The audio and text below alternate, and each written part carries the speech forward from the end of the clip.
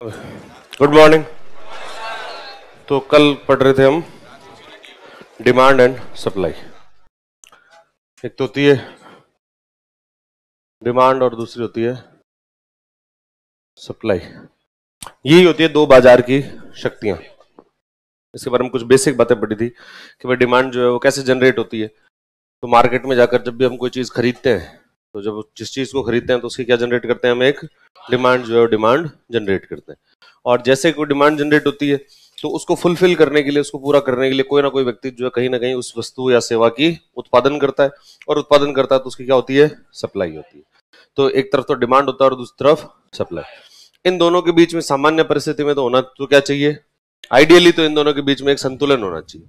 आदर्श रूप में तो ऐसा होना चाहिए, परंतु व्यवहारिक रूप से ऐसा नहीं होता। इन दोनों के अंदर जो है एक असंतुलन बना रहता है। कभी तो जो है वो ये इधर झुक जाता है और कभी उधर। तो यानी कभी तो डिमांड ज्यादा हो जाएगी और कभी क्या होगी, सप्लाई ज्यादा होगी। तो दो प्रकार की कंडीशंस जो है वो बन सकती है।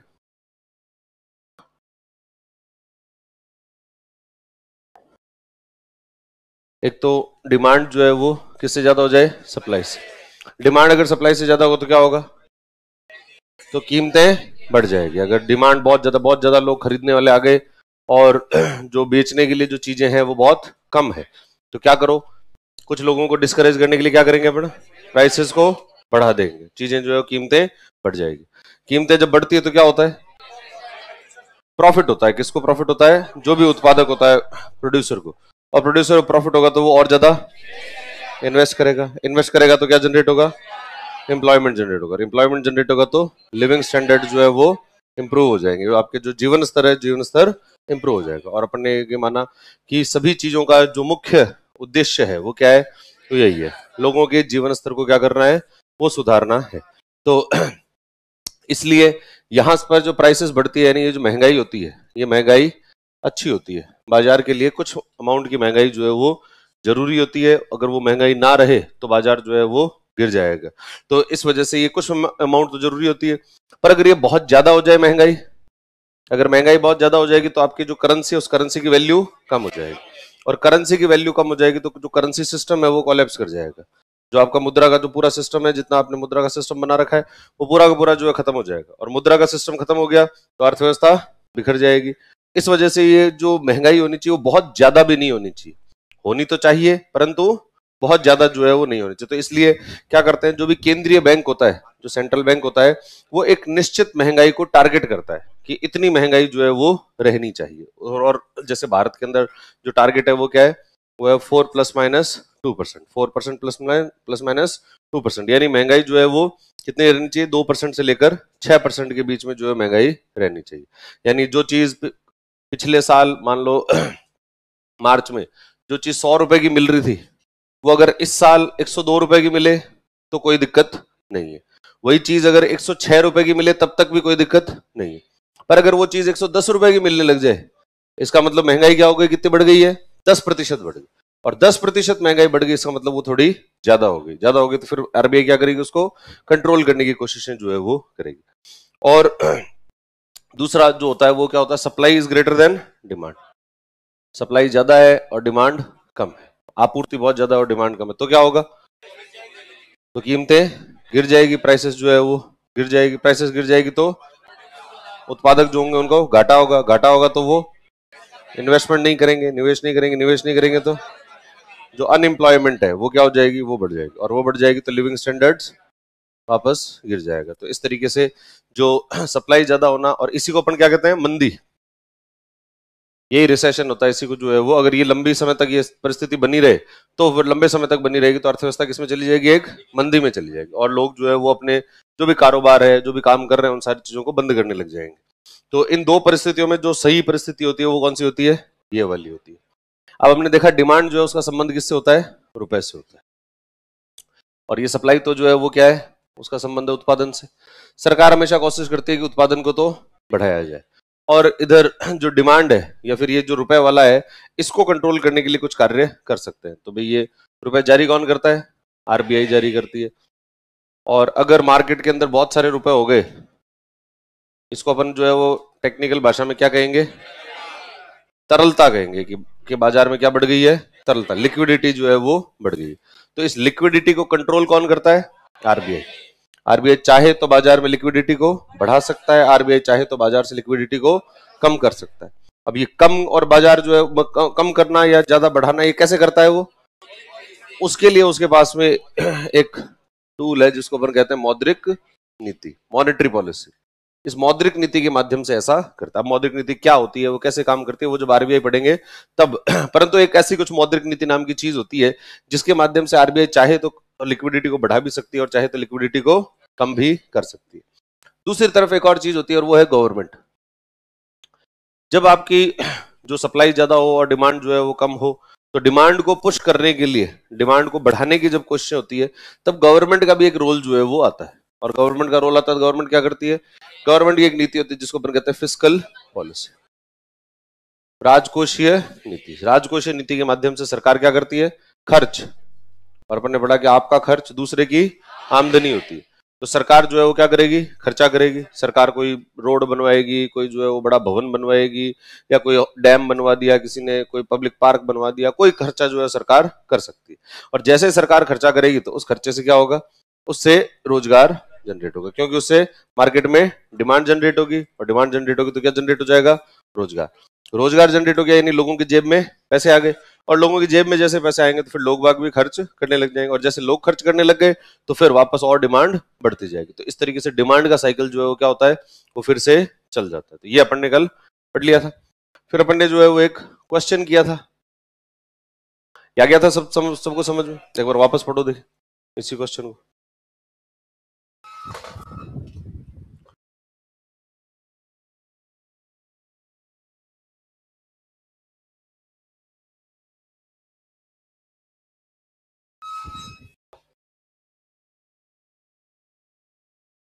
तो आंसर तो याद है तुम्हें?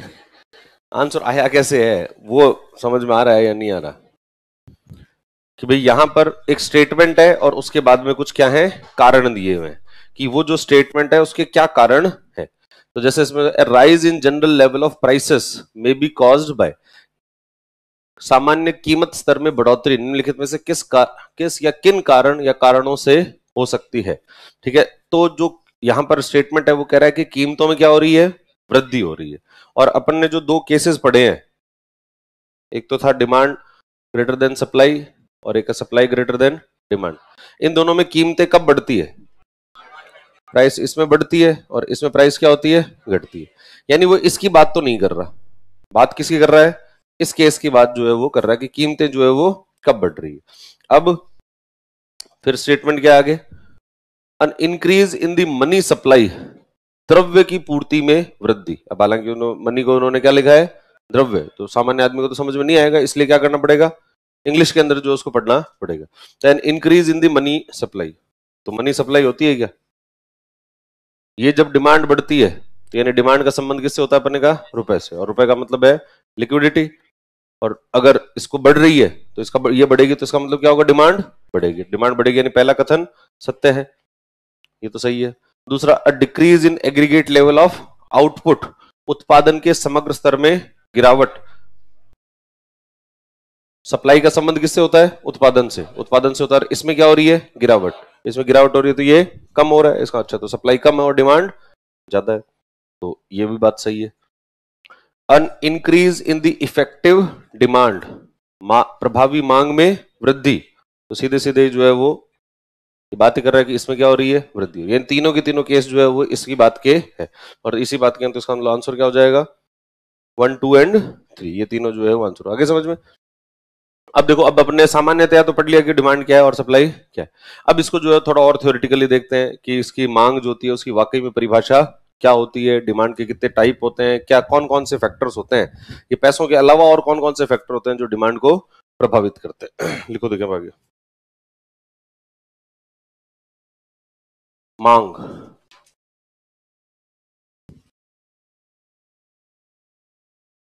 डिमांड, लिखो मांग, simple.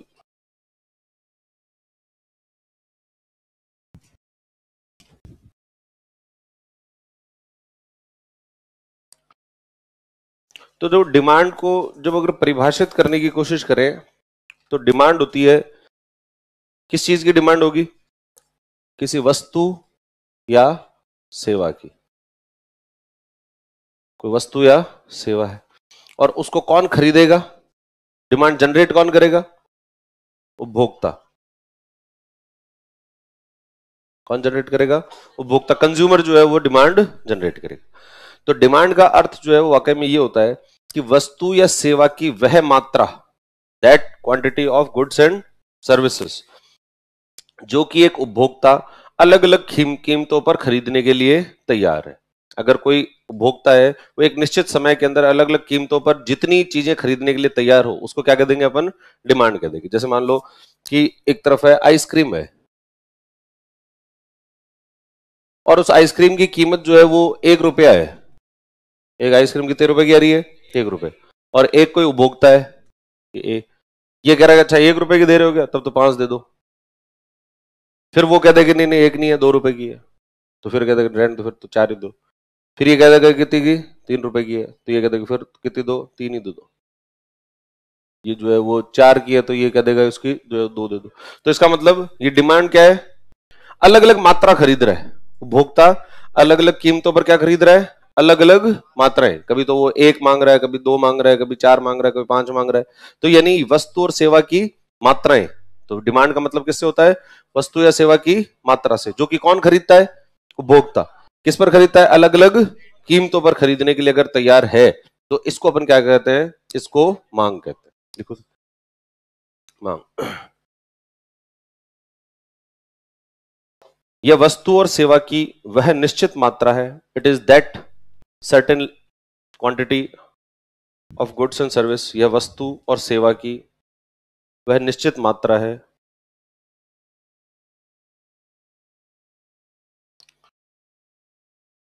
It is that certain level of certain quantity of goods and service, जो कि एक उपभोक्ता या जो कि उपभोक्ता के द्वारा it is that certain quantity of goods and service which consumer is ready to purchase, जो कि उपभोक्ता के द्वारा एक निश्चित समय में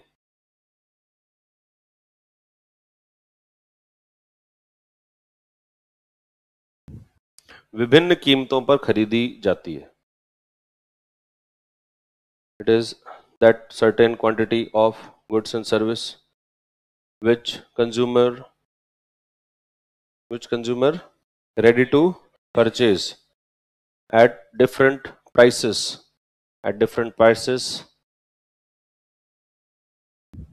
in a given time यह वस्तु और सेवा की वह निश्चित मात्रा होती है जो कि उपभोक्ता के द्वारा एक निश्चित समय में विभिन्न कीमतों पर खरीदी जाती है। कि जो उपभोक्ता होता है वो अलग अलग कीमतों पर अलग अलग चीजें जो है वो खरीद सकता है, अलग अलग चीजें खरीद सकता है। तो इसको अपन क्या कहते हैं? इसको डिमांड जो है डिमांड कहते हैं। वैसे अब देखो ये जो उपभोक्ता है, यहां पर तो क्या लिया अपन ने? एक ही कंज्यूमर है, एक व्यक्ति है। तो अगर एक व्यक्ति की बात कर रहे हो तब तो इसको कहते हैं बाजार, इसको कहते हैं इंडिविजुअल डिमांड। तब तो इस डिमांड को क्या नाम दे देते हैं अपन? इंडिविजुअल डिमांड जो है वो कह देते हैं, या व्यक्तिगत मांग। एक व्यक्ति की मांग जो है उसको देख रहे हैं। अब अगर पर बाजार के अंदर एक व्यक्ति तो होता नहीं है।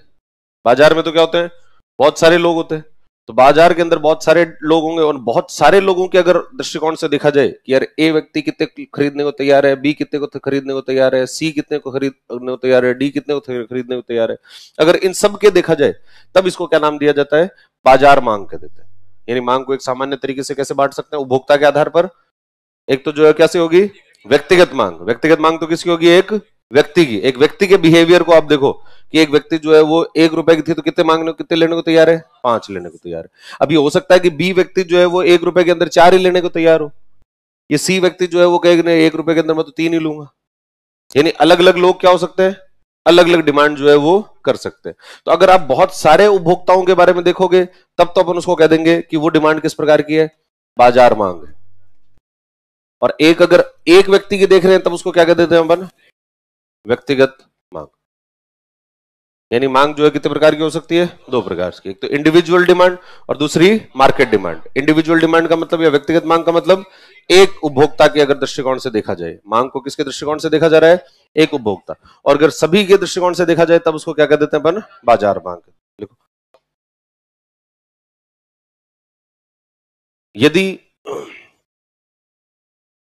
यदि मांग को एक उपभोक्ता के दृष्टिकोण से देखा जाए, if demand is measured from view point of one consumer, यदि मांग को एक उपभोक्ता के दृष्टिकोण से देखा जाए तब इसे व्यक्तिगत मांग कहते हैं, then it is called individual demand. तब इसे व्यक्तिगत मांग कहते हैं, then it is called individual demand.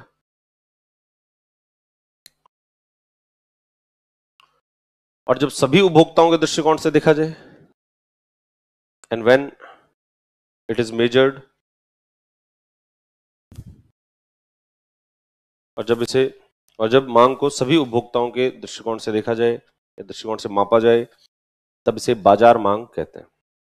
And when it is measured from view point of all consumers, जब मांग को एक दृष्टिकोण के एक उपभोक्ता के दृष्टिकोण से देखा जाए तब इसे व्यक्तिगत मांग कहते हैं, और जब मांग को सभी उपभोक्ताओं के दृष्टिकोण से मापा जाए तब इसे बाजार मांग कहते हैं।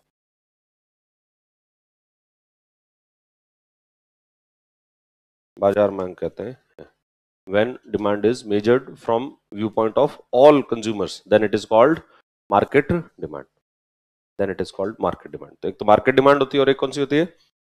Individual demand. ये तो किसके आधार पर देखा अपन ने? उपभोक्ता के आधार पर, जो है वो उपभोक्ता के आधार पर इस प्रकार से। अन्य भी इसके जो है वो डिविजन्स किए जा सकते हैं। देखो, मांग के प्रकार, टाइप्स ऑफ डिमांड।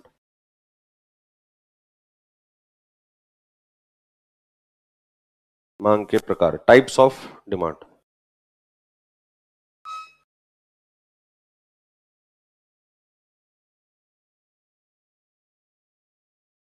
सबसे पहली जो डिमांड होती है उसको क्या कहते हैं? प्रत्यक्ष, direct demand. Types of demand, सबसे पहला है डायरेक्ट डिमांड, प्रत्यक्ष मांग। ये क्या होती है डायरेक्ट डिमांड? डायरेक्ट डिमांड का मतलब होता है कि अगर कंज्यूमर, कोई भी उपभोक्ता है, वो गया कहीं पर बाजार के अंदर और उसने सीधी कोई चीज जो है वो खरीद ली और खुद के लिए खरीदी, सीधे कंजप्शन करने के लिए खरीदी।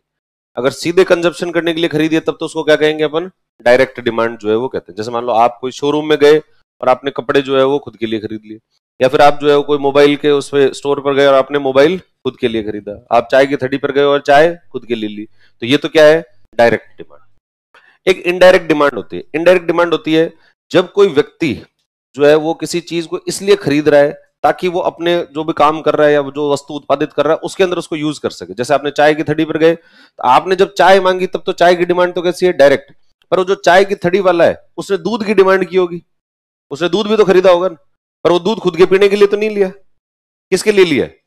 चाय बनाने के लिए, ताकि जो है चाय किसको दी जा सके? कंज्यूमर को दिया जा सके। तो वो जो दूध की डिमांड है वो कैसी है? इनडायरेक्ट है। अप्रत्यक्ष मांग का मतलब क्या होता है? जब किसी वस्तु का की डिमांड इसलिए जनरेट की जा रही है ताकि उसके माध्यम से किसी दूसरी वस्तु को उत्पादित किया जा सके, तब तो उसको क्या कहेंगे अपन? अप्रत्यक्ष। और अगर डायरेक्ट डिमांड कौन सी होती है? जब सीधा कंज्यूमर जो है फाइनल हो गई है, वो वस्तु जो है वो अंतिम वस्तु है और सीधा कंज्यूमर जो है उसको खरीद रहा है। जैसे अगर आपके द्वारा चाय की डिमांड की गई, ये डिमांड तो कैसी है? प्रत्यक्ष। और जो चाय वाला है उसने क्या खरीदा है? बहुत सारी चीजें खरीदी होगी, उसने दूध भी खरीदी होगी, चीनी भी खरीदा होगा, उसने जो है अलग अलग चीजों की डिमांड जनरेट की होगी, और जितनी चीजों की डिमांड जनरेट की है वो सारी की सारी कैसी है? अप्रत्यक्ष मांग। ठीक है, तो एक तो मांग कौन सी होती है? प्रत्यक्ष, और दूसरी कैसी होती है? अप्रत्यक्ष। एक होती है संयुक्त मांग। संयुक्त मांग का मतलब होता है कि आप एक वस्तु जब खरीदते हो तो उसी के साथ में फिर दूसरी और खरीदते हो, कि वो अकेली वस्तु जो है वो काम की नहीं है, उसके साथ में हमें क्या करनी पड़ती है? एक दूसरी चीज और खरीदनी पड़ती है। जैसे आपने मान लो कि जो है वो चार्जर, मतलब मोबाइल फोन खरीदा। अब मोबाइल फोन खरीदोगे तो उसके साथ क्या खरीदोगे? चार्जर खरीदना पड़ेगा। आजकल कई कंपनियां उन्होंने चार्जर फ्री देना बंद कर दिया कि साहब खरीदो, खुद खरीदो। तो अब अगर आपने चार्जर नहीं खरीदा तो क्या होगा? तो आपको मोबाइल को काम करनी है। तो यानी एक चीज की डिमांड जनरेट होगी तो दूसरे की डिमांड भी जनरेट करनी पड़ेगी, क्योंकि ये दोनों चीजें साथ में मिलकर काम करती है, एक से काम नहीं चलता। तो इस वजह से ऐसी जो डिमांड होती है उसको क्या कहते हैं अपन? संयुक्त डिमांड जो है, संयुक्त डिमांड कहते हैं। Joint demand. एक होती है कंपोजिट डिमांड। कंपोजिट डिमांड या समग्र मांग। समग्र मांग का मतलब होता है कि आपने जिस चीज को यूज लिया है या जिस चीज की आपने डिमांड की है उसका यूज अलग अलग चीजों के लिए कर सकते हैं। आपने कोई चीज खरीदी और उसका प्रयोग किसमें कर सकते हो आप? अलग अलग चीजों के लिए जो है प्रयोग कर सकते हो। जैसे जैसे मान लो कि पानी खरीदा, अब पानी का प्रयोग जो है व्यक्ति कहाँ कर सकता है? नहाने के लिए भी कर सकता है, पीने के लिए भी कर सकता है, कोई इंडस्ट्रियल यूज में भी कर सकता है, कोई गार्डन के अंदर देने के लिए भी कर सकता है। तो एक ही चीज है पर उसका प्रयोग कहां पर हो रहा है? अलग अलग जगह पर हो रहा है। अलग अलग जगहों पर जो है उसका प्रयोग होता है। तो पहले जैसे ये रिमोट विमोट नहीं आते थे तो एक वो होती, पहले जो टीवी आते थे उन टीवी को चैनल बदलते तो कैसे बदलते थे? बटन से। बटन वाले बदले हुए हैं क्या? ऐसे उसका एक कान होता था, वो कान घुमाना पड़ता था, ठीक है, उसको खट खट खट ऐसे नहीं देखे वो वाले टीवी तुमने? उतने पुराने जमाने के नहीं हो। तो वो क्या है कि उसका वो टूट जाता था, उसका जो वो खटका है जो घुमाने वाला होता था ना, वो घुमा घुमा के लोग जो है उसको तोड़ देते थे। फिर क्या हुआ, फिर किचन में से निकालते तो संडासी, और फिर वो संडासी पकड़ के उसको क्या खट खट खट खट बताओ कौन सा चैनल लगाना है। तो पहले ऐसे रिमोट रिमोट नहीं आते थे, वो चैनल जो है वो उसी से होते थे। तो अब इसका मतलब संडासी की डिमांड कितनी हो गई है? वो कैसे डिमांड है? ये कंपोजिट डिमांड। उसके दो यूज हो रहे हैं, किचन में तो हो ही रहा है, साथ साथ में टीवी के अंदर भी एज ए रिमोट के तरीके से उसका प्रयोग भी किया जा रहा है। तो इसको क्या कहेंगे अपन? कंपोजिट डिमांड कहते हैं। फिर एक होती है कॉम्पिटिटिव डिमांड, प्रतिस्पर्धी डिमांड। प्रतिस्पर्धी डिमांड कब होती है? प्रतिस्पर्धी की डिमांड का मतलब होता है कि दो चीजें आपस में प्रतिस्पर्धा कर रही हो, दो चीजों की आपस में क्या हो? प्रतिस्पर्धा हो, और प्रतिस्पर्धा के कारण कोई डिमांड जो है वो बढ़ रही हो। कि भाई जैसे मान लो कि दो चीजें ऐसी प्रतिस्पर्धा, चाय और कॉफी, आप चाय भी पी सकते हो और क्या कर सकते हो? कॉफी भी पी सकते हो। पर अगर कॉफी की कीमतें बहुत ज्यादा बढ़ जाए तो सारे लोग, पहले तो चाय और कॉफी मान लो दोनों के बराबर कीमतें हैं, बराबर कीमतें हैं, तो लोग जो है कभी कॉफी पी लेते हैं, कभी चाय पी लेते हैं, कभी कॉफी पी लेते हैं, कभी चाय पी लेते हैं। अब कॉफी की कीमतें हो गई बहुत ज्यादा, तो जितने भी जो कॉफी वाले लोग थे वो सब किसके ओर ट्रांसफर कर जाएंगे? चाय को। भाई आपने तो क्या पीनी है? चाय। कहते हैं मेरे को तो कॉफी सूट ही नहीं करती, आजकल बहुत बेकार लगती है इसमें। तो फिर आदमी किसकी तरफ ट्रांसफर कर जाएगा? चाय। और चाय की डिमांड बढ़ गई। ये डिमांड कैसी है? प्रतिस्पर्धी, कॉम्पिटिटिव डिमांड है कि भाई आपका जो कॉम्पिटिटर है उसके कारण आपकी डिमांड जो है वो क्या हो गई? बढ़ गई। ठीक है। या फिर जैसे कपड़े खरीदते हैं तो अलग अलग ब्रांड के हैं, अब कोई एक ब्रांड का कपड़ा जो है बहुत ज्यादा महंगा हो जाए तो क्या होगा? दूसरे वाले ब्रांड के ऊपर लोग बाग ट्रांसफर कर जाएंगे, और ट्रांसफर कर जाएंगे तो ऐसी डिमांड क्या होगी? उसको क्या कहेंगे अपन? प्रतिस्पर्धी डिमांड जो है वो कहते हैं। तो इसलिए इसका मतलब सबसे पहले तो कौन सी होती है? प्रत्यक्ष। प्रत्यक्ष मांग का मतलब क्या होगा? सीधे अंतिम वस्तु है जो कि सीधा कौन खरीद रहा है? कंज्यूमर अपने खुद के उपभोग के लिए खरीद रहा है, उसको तो अपन क्या कहेंगे? डायरेक्ट। अप्रत्यक्ष जो कि उत्पादक है, अगर वस्तु का जो उत्पादक है वो जिसको खरीदता है, इसको कहते हैं मध्यस्थ वस्तु। इसको क्या कहते हैं अपन? मध्यस्थ वस्तु, इंटरमीडिएट गुड। इंटरमीडिएट गुड का जैसे एक एग्जांपल तो मैंने ये दिया, ये जो है वो दूध वाला। ऐसे आप जो है वो कह सकते हो गाड़ी है, मान लो आप शोरूम पर गए और आपने क्या खरीदी? गाड़ी खरीदी। गाड़ी खरीदी तो यानी गाड़ी वाली डिमांड तो कैसी हो गई? डायरेक्ट। पर जिसने गाड़ी बनाई है उसने कहीं से टायर खरीदे होंगे, बिना टायर के तो गाड़ी नहीं बनेगी। तो उसको पहले क्या खरीदने पड़ेंगे? कहीं से, टायर वाली कंपनी से टायर खरीदने पड़ेंगे। टायर खरीदने पड़ेंगे तो यानी टायर की डिमांड जो गाड़ी वाले ने जनरेट की है, उस गाड़ी बनाने वाली कंपनी ने, वो कैसे डिमांड है? वो अप्रत्यक्ष है। वो जो है वो अप्रत्यक्ष है। तो एक तो प्रत्यक्ष होती है, दूसरी अप्रत्यक्ष। फिर तीसरी क्या होती है? संयुक्त। संयुक्त का मतलब चीजों को कैसे मांगते हो आप? संयुक्त रूप से, कि दो चीजें जो है वो एक साथ ही प्रयोग में ली जाएगी। उसका जो है वो ऐसा नहीं हो सकता कि आप उसको एक ही वस्तु को प्रयोग में ले लो, दूसरे को प्रयोग में ले लो। जैसे वो इंक वाला पेन आता, अब इंक वाला पेन आएगा तो आपको पेन खरीद रहे हो तो साथ साथ में क्या खरीदनी पड़ेगी? वो इंक भी खरीदनी पड़ेगी। ऐसे नहीं सब पेन खरीद लिया अब काम चल जाएगा, उसकी निब टूट जाएगी तो निब भी खरीदनी पड़ेगी। अगर आप जैसे वो बॉल पेन यूज कर रहे हो तो रिफिल खरीदनी पड़ेगी। तो आप एक चीज को खरीद रहे हो तो दूसरा उसका क्या है? वो उसकी, उसको कहते हैं पूरक वस्तु। जो चीज होती है उसको क्या कहते हैं अपन? पूरक वस्तु, कॉम्प्लीमेंट्री गुड। कॉम्प्लीमेंट्री गुड का मतलब है कि उस वस्तु को पूरा तभी बनेगी जब वो आप दूसरी चीज भी खरीदोगे। मोबाइल पूरा तभी बनेगा जब उसके साथ में क्या खरीदोगे? चार्जर खरीदोगे। अगर मोबाइल के साथ चार्जर नहीं खरीदा तो वो मोबाइल कोई काम का नहीं है। या फिर मोबाइल के साथ में आपको जो है वो सिम खरीदनी पड़ेगी। मोबाइल का असली प्रयोग कब होगा? जब आप क्या खरीदोगे? साथ में सिम खरीदोगे। या सिम का असली प्रयोग तब होगा जब साथ में क्या खरीदोगे? मोबाइल का। आपने खूब सारी सिम खरीद रखी है, मेरे पास खूब सारे कनेक्शन है, क्या है? खूब सारी सिम है, फिर फोन तो लगता नहीं, मोबाइल नहीं खरीदा अभी तक। तो भाई खरीद, मोबाइल भी खरीद। तो इसका मतलब है कि चीजों को क्या करना, ऐसी चीजें जो होती है उनको अपन क्या नाम देते हैं, पूरक वस्तुएं। टेक्निकली उनका नाम क्या होता है, पूरक वस्तुएं। पूरक वस्तुएं, कॉम्प्लीमेंट्री गुड्स। कॉम्प्लीमेंट्री गुड्स का मतलब क्या हुआ कि एक वस्तु है और उस वस्तु का पूर्ण उपभोग तभी हो सकता है जब क्या करोगे आप, किसी दूसरी वस्तु को प्रयोग में लेगो। इसको क्या कहेंगे अपन, संयुक्त डिमांड। फिर होता है समग्र। समग्र मांग का मतलब होता है जिस वस्तु को खरीदा गया है उसका प्रयोग विभिन्न प्रकार के प्रयोगों के लिए या विभिन्न प्रकार के जो यूजर्स है उनके लिए उसका प्रयोग किया जा सके, अलग अलग चीजों को जो है वो पूरा कर सके, तो उसको कॉम्पोजिट डिमांड कहते हैं। और प्रतिस्पर्धी मांग क्या होती है, एक के मतलब उसका वस्तुएं जो होती है उनके आपस में कंपटीशन चला रहता है, आपस में कंपटीशन होता है। और कंपटीशन के अंदर के भाई एक वस्तु है, उस वस्तु की कीमतें क्या हो जाए, बढ़ जाए। उसकी कीमतें बढ़ जाए तो लोग बाग किस पे ट्रांसफर कर जाएंगे, दूसरी वस्तु जो है उसके ऊपर ट्रांसफर कर जाएंगे। ठीक है, तो ऐसी वस्तुओं को क्या, और इन वस्तुओं को क्या कहते हैं, इनको टेक्निकली कहते हैं प्रतिस्थापन वस्तुएं। ऐसी वस्तुएं जो होती है उनको क्या कहते हैं, प्रतिस्थापन वस्तुएं, वस्तुएं या सब्स्टिट्यूशन गुड्स। ऐसी वस्तुएं क्या होती हैं, सब्स्टिट्यूशन की, उसको सब्स्टिट्यूट किया जा सकता है, उसको प्रतिस्थापित कर सकते हैं। चाय को प्रतिस्थापित कौन कर सकता है, कॉफी जो है वो चाय को प्रतिस्थापित कर सकता है। गेहूं की रोटी को बाजरे की रोटी से, आप गेहूं की रोटी खाते हो और गेहूं के दाम बहुत ज्यादा बढ़ जाए तो व्यक्ति किस पे ट्रांसफर कर जाएगा, बाजरे पे ट्रांसफर कर जाएगा। व्यक्ति जो है वो मीट खाता है और मीट के दाम बहुत ज्यादा बढ़ जाए तो व्यक्ति चिकन पर आ जाएगा, चिकन के दाम बहुत ज्यादा बढ़ जाए तो अंडे पे आ जाएगा। ठीक है, संडे हो या मंडे रोज खाओ अंडे। तो इस वजह से लोग जो है वो क्या होंगे, इसको ऐसी वस्तु होती है इनको कहते हैं प्रतिस्थापन वस्तुएं। क्या कहते हैं इनको, प्रतिस्थापन वस्तुएं जो है, प्रतिस्थापन वस्तुएं कही जाती है। और ये प्रतिस्थापन वस्तुओं के कारण जो डिमांड जनरेट होती है उसको अपन क्या कहते हैं, प्रतिस्पर्धी मांग कहते हैं, उसको कॉम्पिटिटिव डिमांड कहते हैं। ये होते हैं डिमांड के 5 प्रकार, लिखो दो। पहला डायरेक्ट डिमांड, जब उपभोक्ता के द्वारा किसी अंतिम वस्तु की मांग की जाए। व्हेन अ कंज्यूमर डिमांड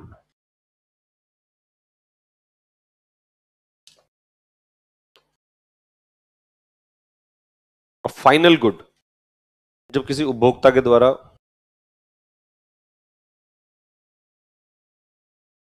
अंतिम वस्तु की मांग की जाए। When a consumer demand a final good.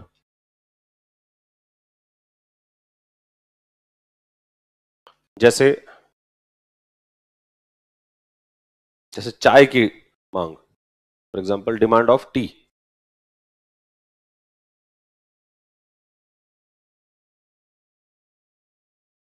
ये तो होती है, कैसे होती है, प्रत्यक्ष। प्रत्यक्ष के बाद में दूसरा है अप्रत्यक्ष, इनडायरेक्ट डिमांड।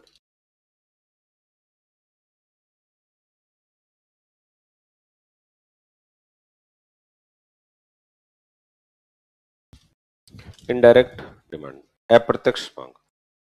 अप्रत्यक्ष मांग क्या होती है, ये किसकी डिमांड होती है, मध्यस्थ वस्तु की मांग होती है।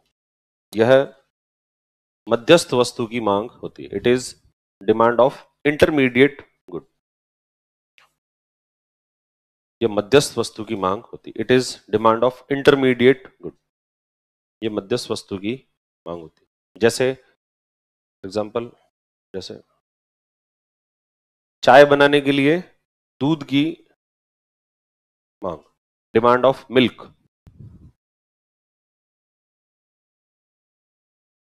टू प्रिपेयर टी, चाय बनाने के लिए दूध की मांग, ये कैसी मांग है, अप्रत्यक्ष। फिर होता है संयुक्त मांग, जॉइंट डिमांड।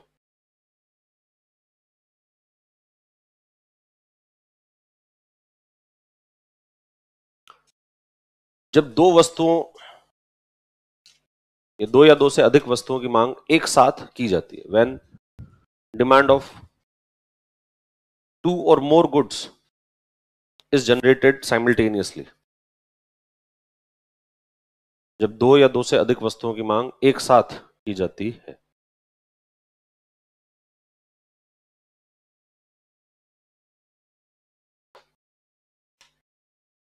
जैसे एग्जांपल, जैसे when two or more goods when demand when two or more goods are demanded simultaneously। जैसे मोबाइल और चार्जर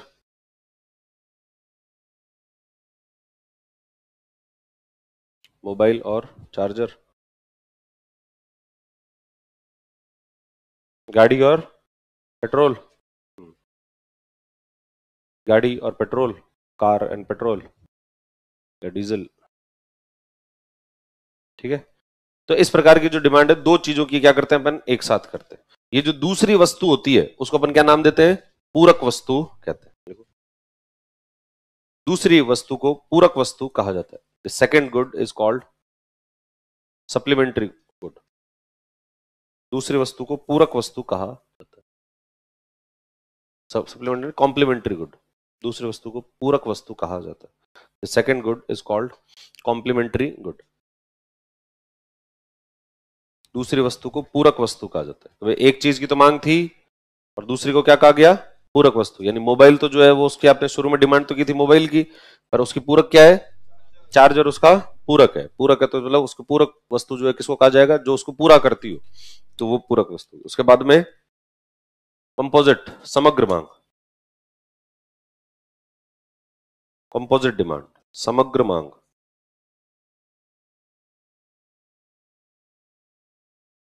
जब किसी एक वस्तु से विभिन्न प्रकार की मांग को पूरा किया जाता है, when one good is used. जब किसी एक वस्तु से विभिन्न प्रकार की मांग को पूरा किया जाता है, when one good is used to fulfil various demands. जब किसी एक वस्तु से विभिन्न प्रकार की मांग को पूरा किया जाता है, विभिन्न प्रकार की मांग को पूरा किया जाता है। जैसे फॉर एग्जाम्पल, जैसे पानी का प्रयोग,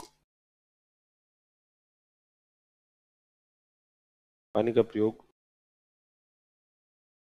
विभिन्न प्रकार के कार्यों के लिए किया जा सकता है। Water can be used for various tasks. पानी का प्रयोग विभिन्न प्रकार के कार्यों के लिए किया जा सकता है।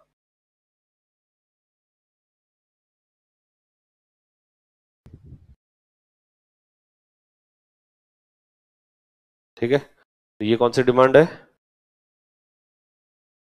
समग्र मांग। फिर होती है प्रतिस्पर्धी मांग।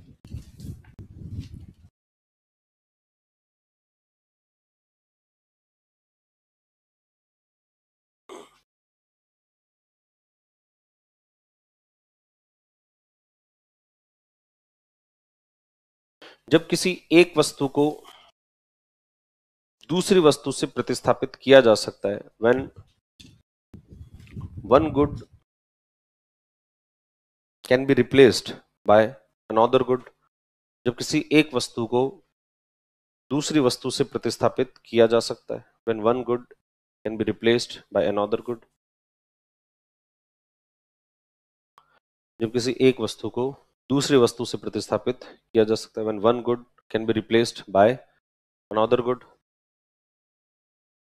तब ऐसी वस्तुओं को प्रतिस्थापन वस्तुएं कहा जाता है। Then such goods are called substitute goods। तब ऐसी वस्तुओं को प्रतिस्थापन वस्तुएं कहा जाता है। Then such goods are called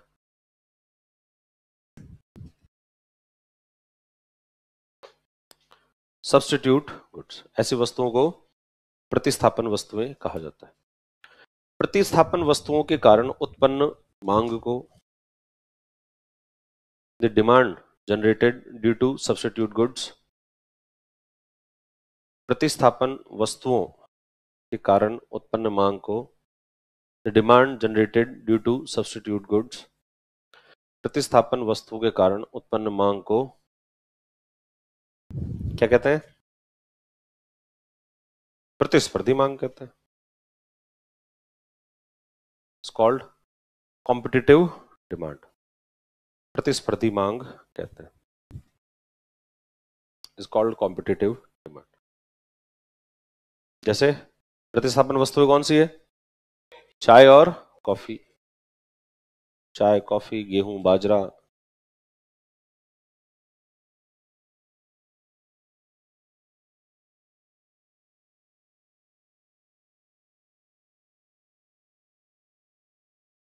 ये है टाइप्स ऑफ डिमांड। आया समझ में, इसमें कोई दिक्कत नहीं। फिर अब देखो डिमांड जो है वही तो अपने समझ लिया कि भाई कितने प्रकार की होती है। वैसे तो पहले तो डिमांड होती क्या है, तो कोई भी वस्तु या सेवा है, उस वस्तु और सेवा की निश्चित मात्रा, और उस निश्चित मात्रा को कोई उपभोक्ता जो है क्या कर रहा है, खरीद करने के लिए तैयार है, और खरीदने पे भी अलग अलग कीमतों पर खरीदने के लिए तैयार है, तो उसको क्या कह देते हैं अपन, उसकी मांग कह देते हैं कि भाई ये डिमांड जो है डिमांड है। और इस उपभोक्ता के व्यवहार के आधार पर देखा जाए तो डिमांड दो प्रकार की होती है। उपभोक्ता के व्यवहार के आधार पर तो दो प्रकार की होती है, कैसे, एक तो इंडिविजुअल और एक मार्केट। कि भाई इंडिविजुअल डिमांड, व्यक्तिगत मांग तो कौन सी है, जब एक उपभोक्ता को देखोगे तो व्यक्तिगत मांग, और जब आप बहुत सारे उपभोक्ताओं को देखो तब क्या हो जाएगा, वो बाजार मांग जो है, बाजार मांग उसको कहते हैं। तो बाजार मांग भी होती है और व्यक्तिगत मांग भी होती है। फिर अगर इसको डिमांड को और देखा जाए कि भाई वस्तु के आधार पर देखा जाए डिमांड को, तो वस्तु के आधार पर देखेंगे तो क्या होगा, तो सबसे पहले डिमांड जो है वो कौन सी होती है, डायरेक्ट। डायरेक्ट डिमांड कौन सी, जो अंतिम वस्तु है और उसको सीधा सीधा डिमांड किसने किया, कंज्यूमर। दूसरा इनडायरेक्ट, इनडायरेक्ट डिमांड, जो बनाने वाला व्यक्ति है उसने किसी चीज की क्या की है, डिमांड की है, तो उसको इनडायरेक्ट डिमांड कह देंगे, अप्रत्यक्ष मांग कह देंगे। तीसरा जॉइंट, जॉइंट के अंदर क्या होगा, दो चीजों की डिमांड आप साथ में कर रहे हो, और दो चीजों की डिमांड एक साथ क्यों कर रहे हो, क्योंकि वो दोनों वस्तुएं एक दूसरे की पूरक है, किसी एक वस्तु से काम जो है वो नहीं चलेगा, इसलिए उसको ऐसी जो डिमांड्स होती है उसको हम जॉइंट डिमांड कहते हैं, संयुक्त मांग कहते हैं। फिर समग्र मांग, कंपोजिट डिमांड। कंपोजिट डिमांड का मतलब है कि भाई वस्तु तो एक ही है, परंतु वो यूज क्या आ रही है, अलग अलग चीजों के वो जो है वो यूज में आ रही है, अलग अलग चीजों के यूज में आ रही है, तो इसलिए उस डिमांड को अपन क्या नाम दे देते हैं, कंपोजिट डिमांड जो है वो कह देते हैं।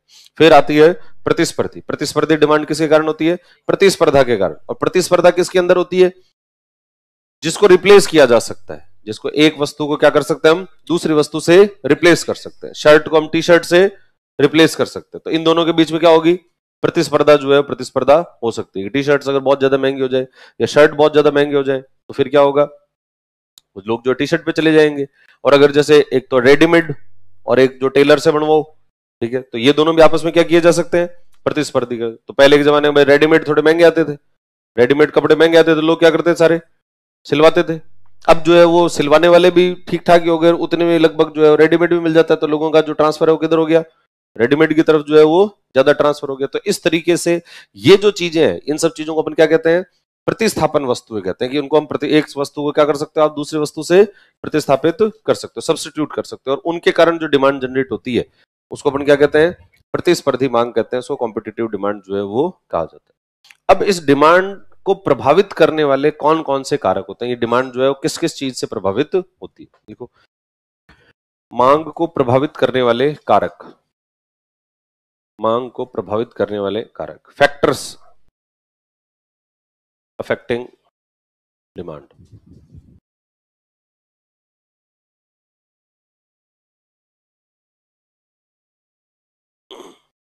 किसी चीज की डिमांड जो होगी, वो डिमांड किन किन फैक्टर से प्रभावित होगी, बताओ, देख किस किस फैक्टर से प्रभावित होगी। सबसे पहले तो क्या होगा, प्राइस, चीजों की कीमत, कीमत कितनी, कीमत जो है वो ज्यादा है या नहीं। अगर कीमतें बढ़ गई तो डिमांड क्या हो जाएगी, कम हो जाएगी, और कीमतें कम होगी तो डिमांड बढ़ जाएगी। तो सबसे पहला जो फैक्टर आता है वो तो कौन सी आती है, वस्तु की कीमतें। तो लिखो फैक्टर्स अफेक्टिंग डिमांड, उसमें सबसे पहला वस्तु की कीमतें, प्राइसेस ऑफ कमोडिटी, वस्तु की कीमतें, प्राइसेस ऑफ कमोडिटी। और कीमतों के अलावा क्वालिटी। कीमतों के अलावा दूसरी बात जो है वो है कि जो व्यक्ति है जो खरीद रहा है, उस खरीदने वाले की इनकम कितनी है, इनकम कितनी है, इनकम बढ़ी है तो व्यक्ति की डिमांड भी बढ़ जाएगी, फालतू की चीजों की जो है वो डिमांड करता रहेगा। जैसे जैसे इनकम बढ़ेगी तो पैसे आएंगे, और पैसों की फिर क्या आएगी, खुरखुरी। तो भाई इस पैसों का जो है क्या करना है, कुछ ना कुछ तो इसको सल्टाना है, इनको कहीं ना कहीं ठिकाने लगाना है। तो ठिकाने कैसे लगाएं, तो अलग अलग जगहों पर व्यक्ति क्या करेगा, डिमांड करे। जिन चीजों की आवश्यकता नहीं है उनको भी खरीद लाएगा, हाँ ये भी दे दो, ये भी दे दो, एक नहीं, हाँ दो दे दो, कोई बात, कोई फर्क नहीं पड़ता, पड़ी रहेगी एक। तो ऐसा जो पैसा है, तो इसका मतलब वो क्या हुआ, व्यक्ति की डिमांड क्यों बढ़ रही है, ये इनकम के बढ़ने से। तो दूसरा फैक्टर लिखो, उपभोक्ता की आय, उपभोक्ता की आय। अगर आय बढ़ेगी तो डिमांड बढ़ेगी, अगर आय कम हो गई तो डिमांड क्या होगी, कम होगी। फिर तीसरा है संबंधित वस्तुएं, रिलेटेड गुड्स। संबंधित वस्तुएं, रिलेटेड गुड्स। संबंधित वस्तुएं कितने प्रकार की होती है? दो प्रकार की होती है। एक तो होती है पूरक वस्तुएं और एक होती है प्रतिस्थापन वस्तुएं। किसी भी व्यक्ति की चीज की डिमांड है वो किसकी वजह से होगी? पूरक वस्तु की वजह से। अब मान लो कि जैसे पूरक वस्तु अगर बहुत ज्यादा महंगी हो जाए, मान लो मोबाइल है और चार्जर है, आप मोबाइल तो खरीद रहे हो 2000 का और चार्जर आ रहा है 10,000 का, तो व्यक्ति क्या करेगा? मोबाइल भी नहीं खरीदेगा, क्योंकि छोड़ो इसमें कोई मतलब नहीं है इसका, क्योंकि उसकी पूरक वस्तु बहुत ज्यादा महंगी है। आप जो है गाड़ी खरीदो और पता लगा पेट्रोल जो है वो बहुत ज्यादा महंगा हो गया, तो लोग गाड़ी खरीदना क्या कर देंगे? कम कर देंगे, भाई अभी गाड़ी मत करो, कोई फालतू है, दूसरा पेट्रोल के दाम बहुत ज्यादा, और पेट्रोल के दाम बहुत ज्यादा कम है तो हर आदमी गाड़ी खरीदने के लिए तैयार हो जाएगा, भाई खरीद लो, क्या फर्क पड़ता है, क्योंकि एक बार लगेगी गाड़ी की कॉस्ट, उसके बाद में पेट्रोल जो है वो तो आराम से बहुत सस्ता जो है वो मिलता जाएगा। तो जैसे जहां जो देश ऐसे हैं जिनके पास में खूब सारा पेट्रोल है, वहां पर ऑलमोस्ट हर आदमी के पास में 4 व्हीलर है। ईरान, जैसे ईरान के अंदर जो है वो अभी तेल बहुत ज्यादा ही सस्ता है, क्योंकि भाई उस सऊदी अरब में तो फिर भी वो बाहर बेच देते हैं, ईरान के ऊपर तो जो है सैंक्शंस वगैरह लगे हुए हैं, इसलिए वो बाहर बेच नहीं पाते, तो उनका जो ऑयल है वो ऑयल बाहर तो दुनिया में कहीं बिक नहीं रहा, और बिक नहीं रहा तो सारा का सारा ऑयल कहाँ? उनके घरेलू बाजार में यूज होता है, और घरेलू बाजार में यूज होता है तो वो बहुत ज्यादा ही सस्ता है। ईरान के अंदर जाकर अगर कोई व्यक्ति पानी की बोतल खरीदे तो वो तती महंगी, और तेल आता है सस्ता, तो पानी से भी सस्ता क्या है? ऑयल है। ऑयल है तो इसका सब लोग खरीदते हैं। और घरों के अंदर भी उन्होंने जो है वो जितनी भी, जैसे अपने यहाँ एसी वगैरह लगा रखे हैं, हीटर लगा रखे हैं, अब तो उनके यहाँ सबके जहाँ क्या लगे हुए हैं? वो गैस के हीटर्स होते हैं। वो हीटर्स किससे चलते हैं? नेचुरल गैस से जो है वो चलते हैं। तो गैस हीटर्स उन्होंने लगा, तो गैस का, क्योंकि वो बहुत सस्ती है और ऑलमोस्ट सभी घरों के अंदर उसके कनेक्शन जो है कनेक्शन पहुंचे हुए, तो वहां पर ये चीज हर आदमी के पास में गाड़ी क्यों है? क्योंकि तेल की कीमतें बहुत कम है, और अगर तेल की कीमतें बहुत ज्यादा बढ़ जाए तो जिसके पास है वो भी कहे यार मेंटेन तो हो नहीं रही, तो इसको क्या करो? बेचो इसको। ठीक है, तो इस वजह से जो पूरक वस्तु होती है, उस पूरक वस्तु से क्या प्रभावित होती है? डिमांड प्रभावित होगी। और दूसरा किससे डिमांड प्रभावित होगी? सब्स्टिट्यूट गुड से, प्रतिस्थापन वस्तु से। प्रतिस्थापन वस्तु से कैसे होगी? प्रतिस्थापन वस्तु की कीमत कैसी है? चाय और कॉफी में जैसे अपने कहा कि कॉफी अगर बहुत ज्यादा महंगी हो गई तो लोग किस पर ट्रांसफर कर जाएंगे? चाय पर। और चाय पर ट्रांसफर कर गए तो इसका मतलब चाय की जो कीमतें हैं उसको क्या कर देंगे? वो बढ़ा देंगे, बहुत ज्यादा जो है उसको बढ़ा देंगे। मीट की अगर कीमत बहुत ज्यादा बढ़ गई तो लोग किस पे चले जाएंगे? चिकन जो है उस चिकन पे। जैसे आप राजस्थान के अंदर जो है ये मीट वगैरह मिल जाता है, साउथ इंडिया में जाओ या फिर दूसरी जगह जाओ तो वहां पर मीट इतनी आसानी से नहीं मिलता तो लोग क्या करते हैं? चिकन। तो चिकन की डिमांड क्या? बहुत ज्यादा है। तो इस तरीके से एक वस्तु को दूसरी वस्तु क्या कर सकती है? क्योंकि प्रतिस्थापित कर सकती है, इस वजह से लोग उसके ऊपर ट्रांसफर हो जाते हैं। तो ये जो किसी चीज की डिमांड हो किसके आधार पर होगी? संबंधित वस्तुएं। और संबंधित वस्तुएं कितनी होती है? दो प्रकार की, एक तो होती है पूरक वस्तुएं और दूसरी प्रतिस्थापित। देखो संबंधित वस्तुएं दो प्रकार की हैं। जो संबंधित वस्तुएं लिखी ना, रिलेटेड गुड्स, उसमें पहला लिखो पूरक वस्तुएं, कॉम्प्लीमेंट्री गुड्स, और दूसरी प्रतिस्थापन वस्तुएं, सब्स्टिट्यूट गुड्स। पूरक वस्तुओं में सॉरी, एक तो पूरक वस्तुएं और दूसरी प्रतिस्थापन वस्तुएं। और इसके अलावा जो है वो व्यक्ति का खुद का टेस्ट और उसकी खुद की प्रेफरेंस कैसी है, व्यक्ति जो है वो खुद की चॉइस कैसी है, मतलब वो खुद जो है कौन सी चीज को ज्यादा पसंद करता है। तो व्यक्ति किस किस चीज की डिमांड ज्यादा करेगा? वो उस चीज की डिमांड ज्यादा करेगा जो उसको खुद को क्या होगी? पसंद होगी। भाई कोई व्यक्ति अभी भी ऐसा होगा जो कहेगा साहब मेरे को तो जो है वो ये रेडीमेड कपड़े ठीक नहीं लगते, अपने तो जो है क्या अच्छे लगते हैं? सिलवाए हुए जो है वो सही लगते हैं, अपने अपने तरीके से जो है चीजों को रख सकते हैं। तो उसकी खुद का टेस्ट या खुद का प्रेफरेंस जो है वो क्या है? वो वैसा है। तो वैसा होगा तो फिर वो उस चीज की डिमांड, वो टेलर वाला जो है वो दुकान कैसे चलेगी? वो ऐसे लोगों की वजह से जो है वो चलती जाएगी, तो उन लोगों की डिमांड जो है वो बढ़ती जाएगी। जैसे राजस्थान के अंदर है तो कोई व्यक्ति कहता है मेरे को जोधपुरी सूट करवाना है, तो उस व्यक्ति का जो प्रेफरेंस कैसी है? जोधपुरी सूट की है। तो जोधपुरी सूट की है तो इसका मतलब उस जोधपुरी सूट वाला जो टेलर होगा उसकी दुकान जो है क्या होती जाएगी? चलती जाएगी। ये किसकी वजह से चल रही है? चॉइस की वजह से। और अगर लोग जो है कहते हैं कि नहीं अपने किस, सारे लोग कहते हैं नहीं काहे का जोधपुरी सूट नहीं खरीदना अपने को, तो सारे अगर सभी लोग बंद कर दें, चेंज हो जाए उनके टेस्ट चेंज हो जाए तो उसकी दुकान क्या हो जाएगी? बंद हो जाएगी। और बंद हो जाएगी तो इस तरीके से उसकी डिमांड कम भी हो सकती है और डिमांड बढ़ भी हो सकती है। किसकी वजह से? ये व्यक्ति की खुद की जो टेस्ट है और खुद की जो वरीयता है उसके आधार पर। देखो तीसरा, इसके अंदर जो अगला जो है वो 3 तो लिख लेते, चौथा उपभोक्ता की पसंद और रुचियां, choices and interest of consumer. उपभोक्ता की पसंद और रुचियां।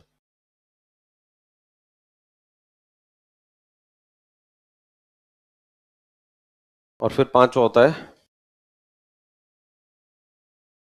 फ्यूचर प्राइस एक्सपेक्टेशन, भविष्य की कीमतों की उम्मीद।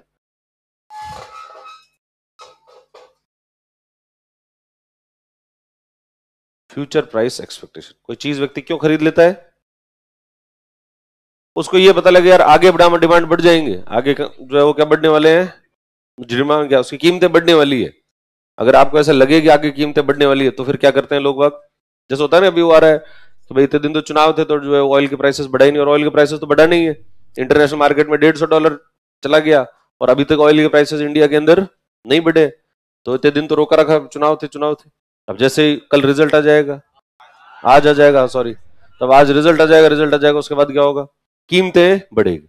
और कीमतें बढ़ेगी, अब कीमतें बढ़ेगी उससे पहले जो आप पेट्रोल पंप को देखना, फिर पेट्रोल पंप को देखना, लोग बाग जो है किस तरीके से टूट के पड़ेंगे पेट्रोल पंप के ऊपर। क्या करवाना है उनको, सबको टंकी फुल करवानी है। पहले जो है टंकी फुल करो, क्यों करा रहे हैं पहले टंकी फुल? क्योंकि उनको फ्यूचर प्राइस एक्सपेक्टेशन है कि भविष्य के अंदर क्या होने वाली है, कीमतें बढ़ने वाली है। कीमतें बढ़ने वाली है तो क्या आज ही फुल करा लो अपने, तो इस महीने का तो कम से कम चल जाए।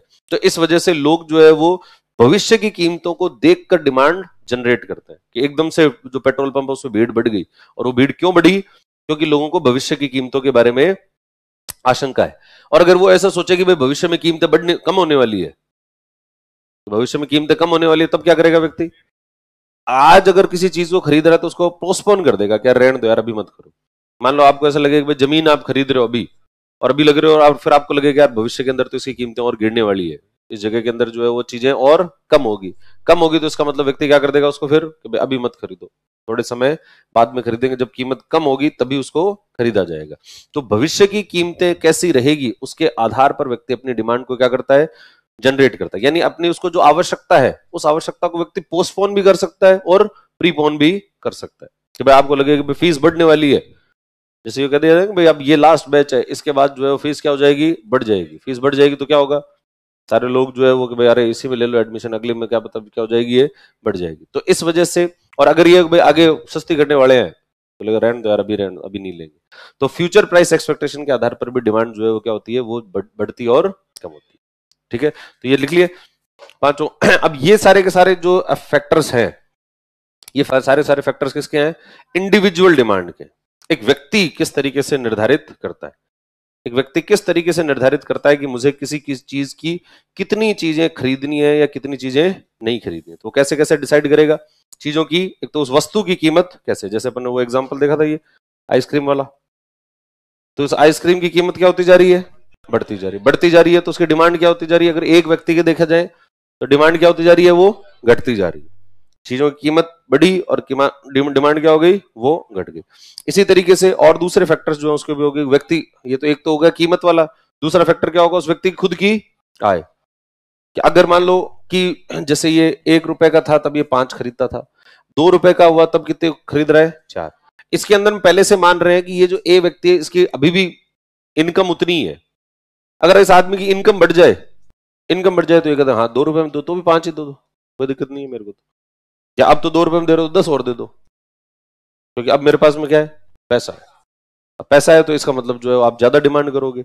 तो दूसरी चीज किसके आधार पर होगी, उसकी आय के। तीसरा किसके आधार पर होगा, संबंधित वस्तु। संबंधित वस्तु क्या होगी, अब आइसक्रीम की तो संबंधित वस्तु क्या हो सकती है,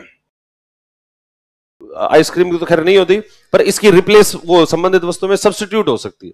कि भाई आइसक्रीम को आप कुल्फी से सब्स्टिट्यूट कर सकते हो, या तो आप आइसक्रीम ले लो या फिर क्या कर लो, चुस्की ले लो, जो भी लेना है तुम्हें, रबड़ी ले लो, कुछ ले लो, कुल्फी ले लो, जो लेनी है। तो इसका क्या हो सकता है, एक संबंधित। तो संबंधित वस्तु की कीमत कितनी है, ये पता लग रहा है यार ये तो ₹2 की हो गई, और ये संबंधित कीमत जो है वो अभी 50 पैसे की चल रही है।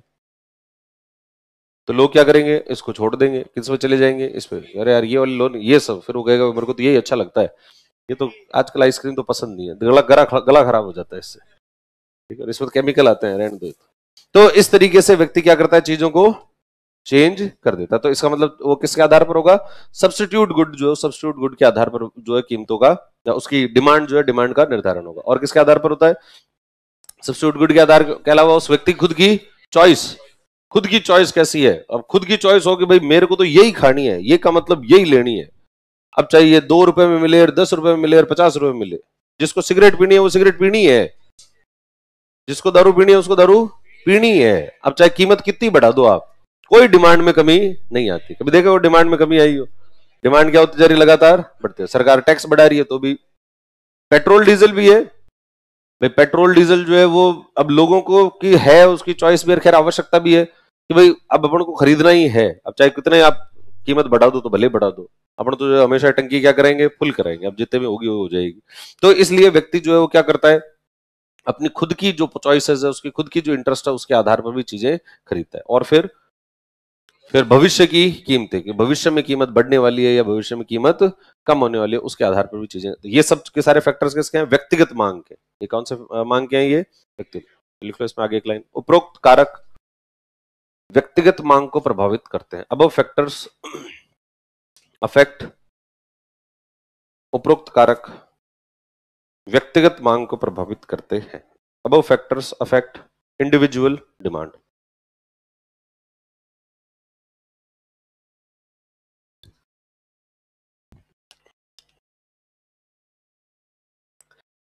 फिर कुछ कारक ऐसे भी होते हैं जो कि पूरे बाजार की मांग को ही प्रभावित कर दे। एक व्यक्ति के दृष्टिकोण से मत देखो, पूरे बाजार के दृष्टिकोण से जो है चीजों को देखा जाए। तो पूरे बाजार के दृष्टिकोण से हम चीजों को देखेंगे तो डिमांड जो है किससे प्रभावित होगी? तो डिमांड इस बात से प्रभावित होगी, जैसे हो सकती है कि जनसंख्या, किसी देश में जनसंख्या क्या हो गई है? बढ़ गई है। अब जनसंख्या बढ़ गई तो चीजों की डिमांड क्या होगी? बढ़ेगी। जितने लोग आएंगे, सब लोगों को पहनने के लिए कपड़े चाहिए, खाने के लिए उनको जो है वो रोटी चाहिए, उनको सब्जी चाहिए, उनको दूध चाहिए, सब चीजें जो है वो चाहिए, रहने के लिए घर चाहिए। तो इन सब चीजों की डिमांड क्या हो जाएगी? बढ़ जाएगी। और ये डिमांड क्यों बढ़ रही है? क्योंकि जनसंख्या बढ़ गई। जैसे भारत है, भारत की जो भी आर्थिक वृद्धि हुई है, इकोनॉमिक ग्रोथ हुई है, वो इकोनॉमिक ग्रोथ किसकी वजह से हुई है? हमारी जनसंख्या की वजह से। हमारे यहाँ पर खुद का एक हमारा घरेलू बाजार जो है इतना बड़ा है कि भाई भारत का डोमेस्टिक मार्केट इतना बड़ा है कि आप किसी चीज को प्रोड्यूस कर दो, इतने सारे लोग हैं खरीदने के लिए। 150 करोड़ तो यूं ही है, 150 करोड़ कस्टमर तो है ही आपके। तो इसका मतलब आपको कोई बात सोचने की जरूरत जो है वो नहीं। तो ये अगर, और ये और बढ़ती जाए ऐसे ही, इसी तेज प्रगति से हम जो है वो और दिन दुगना और रात चौगनी अगर प्रगति करते रहे तो क्या हो? तो इसका मतलब डिमांड क्या हो जाएगी? डिमांड के दृष्टिकोण से देखो, डिमांड क्या होती जाएगी? बढ़ती जाएगी। अब संसाधन हमारे यहाँ कम हो गए तो हम इंपोर्ट करेंगे, हमारे अगर यहाँ और कम हो जाएगी तो हम क्या कर लेंगे? बाहर से आयात कर लेंगे। हमारे यहाँ चीज नहीं भी बनेगी तो भी हम बाहर से ले लेंगे। मोबाइल फोन का मैन्युफैक्चरिंग हमारे यहाँ नहीं होता तो हम बाहर से ले आते हैं, चाइना से ले आते हैं। तो जो चीज हमारे यहाँ नहीं होगी तो उसको हम क्या करेंगे? बाहर से लेंगे। पर ये जो डिमांड है वो क्यों बढ़ रही है? जनसंख्या, और जनसंख्या कम होने लग जाए तो डिमांड भी कम होने लग जाएगी। डिमांड भी जो है, जैसे जर्मनी के अंदर, जापान के अंदर, वहां पर भी जो है जनसंख्या क्या हो रही है? लगातार कम होती जा रही है। क्योंकि वहां का जो मतलब वहां की जो स्थिति है जनसंख्या की, वो ऐसी है कि जनसंख्या में ज्यादा लोग वृद्ध हैं। अब वृद्ध ज्यादा है तो इसका मतलब आउटगोइंग तो ज्यादा है, जा तो ज्यादा रहे हैं, और इनकमिंग कम है। इनकमिंग कम है तो ओवरऑल क्या हो रही है? चीजें कम हो रही है, मतलब जनसंख्या कम होती जा रही है। और जनसंख्या कम होगी तो जैसे पहले किसी घर में कोई व्यक्ति रहता था, अब सब चले गए, तो उस घर में अब कोई नहीं है। और कोई नहीं है तो नया कोई घर डिमांड भी करने वाला नहीं है। कोई बिल्डर वो वहां बड़ी बिल्डिंग बना दे, बोलो साहब इतनी बड़ी बिल्डिंग बना दी, आप खरीदो इसको, तो कोई खरीदने वाला ही नहीं है। तो इसलिए उसकी डिमांड जो है क्या रहेगी? कम। हो क्यों रही है कम? क्योंकि जनसंख्या। और जिस देश में जनसंख्या ज्यादा होती है वहां पर डिमांड भी क्या हो जाएगी? बढ़ेगी। लिखो अगला, बाजार मांग को प्रभावित करने वाले कारक, factors affecting market demand.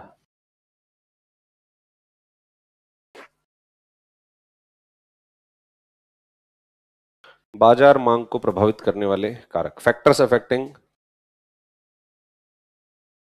Market demand. बाजार मांग को प्रभावित करने वाले कारक क्या क्या कारक हैं? सबसे पहला है जनसंख्या, पॉपुलेशन।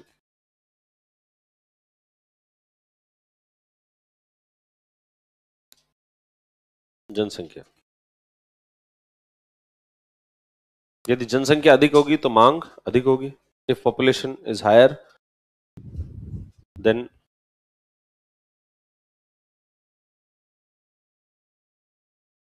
यदि जनसंख्या अधिक है तो मांग अधिक होगी. If population is higher then demand will also be higher.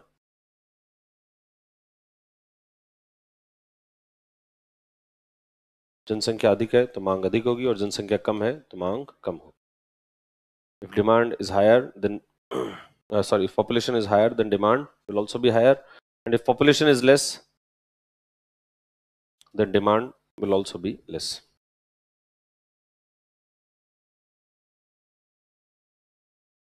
जनसंख्या के अलावा दूसरा जो फैक्टर होता है वो होता है सरकार की नीतियां, गवर्नमेंट पॉलिसीज.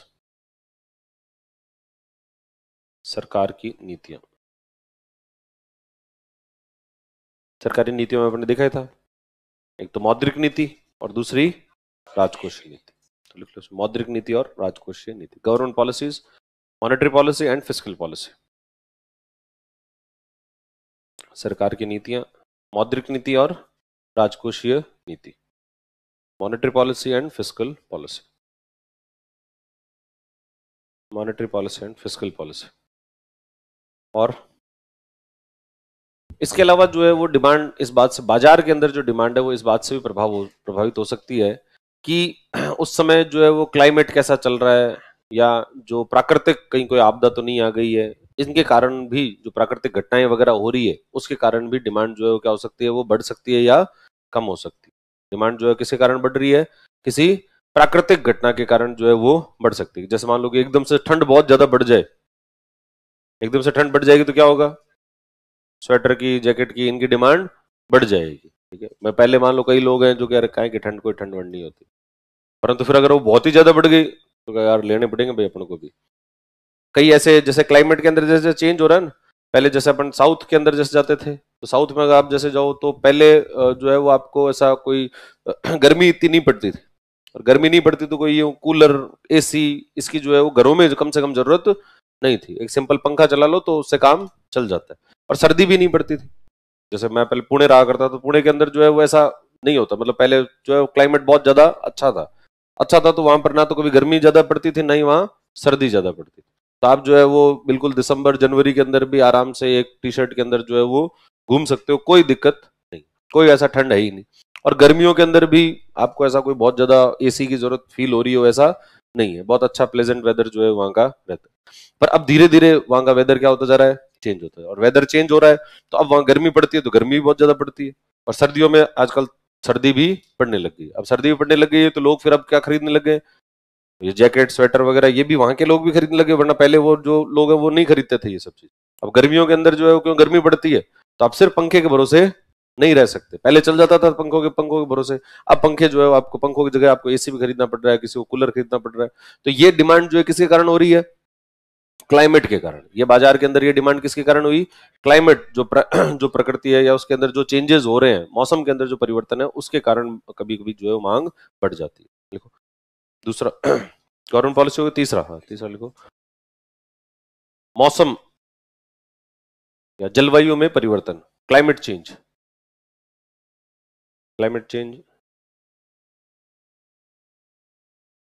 जलवायु में परिवर्तन और प्राकृतिक घटनाएं एंड नेचुरल इवेंट्स. तो प्राकृतिक घटना हो जाए, कोरोना वायरस आ जाए, तो कोरोना वायरस आएगा तो मास्क की डिमांड बढ़े, वरना कौन पहनता था मास्क, सैनिटाइजर. कहाँ का सैनिटाइजर, कोई दूर दूर तक किसी को सैनिटाइजर लगाते हुए नहीं देखा. पर अब जो है वो मास्क की डिमांड भी बढ़ी और किसकी बढ़ गई, सैनिटाइजर. बस जबकि उनके पहले इतनी डिमांड जो है वो नहीं होती. कई लोगों ने जो है फिर वो मास्क बनाने का एक अलग से फैक्ट्री खोल दी कि भाई हम क्या बनाएंगे मास्क. कई लोग जो है सैनिटाइजर बनाने लग गए.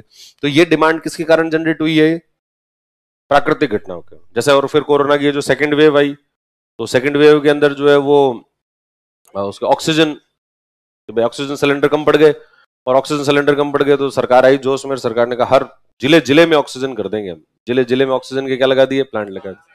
अब आप प्लांट तो भले लगा दो, पर अब इसकी डिमांड को हमेशा थोड़ी रहेगी, ये तो एक समय की है. तो वो उस समय जरूरत थी, अब एकदम से अब जरूरत नहीं रहेगी तो आपका प्लांट बना रहेगा, वो प्लांट मेंटेन ही नहीं होगा आपसे.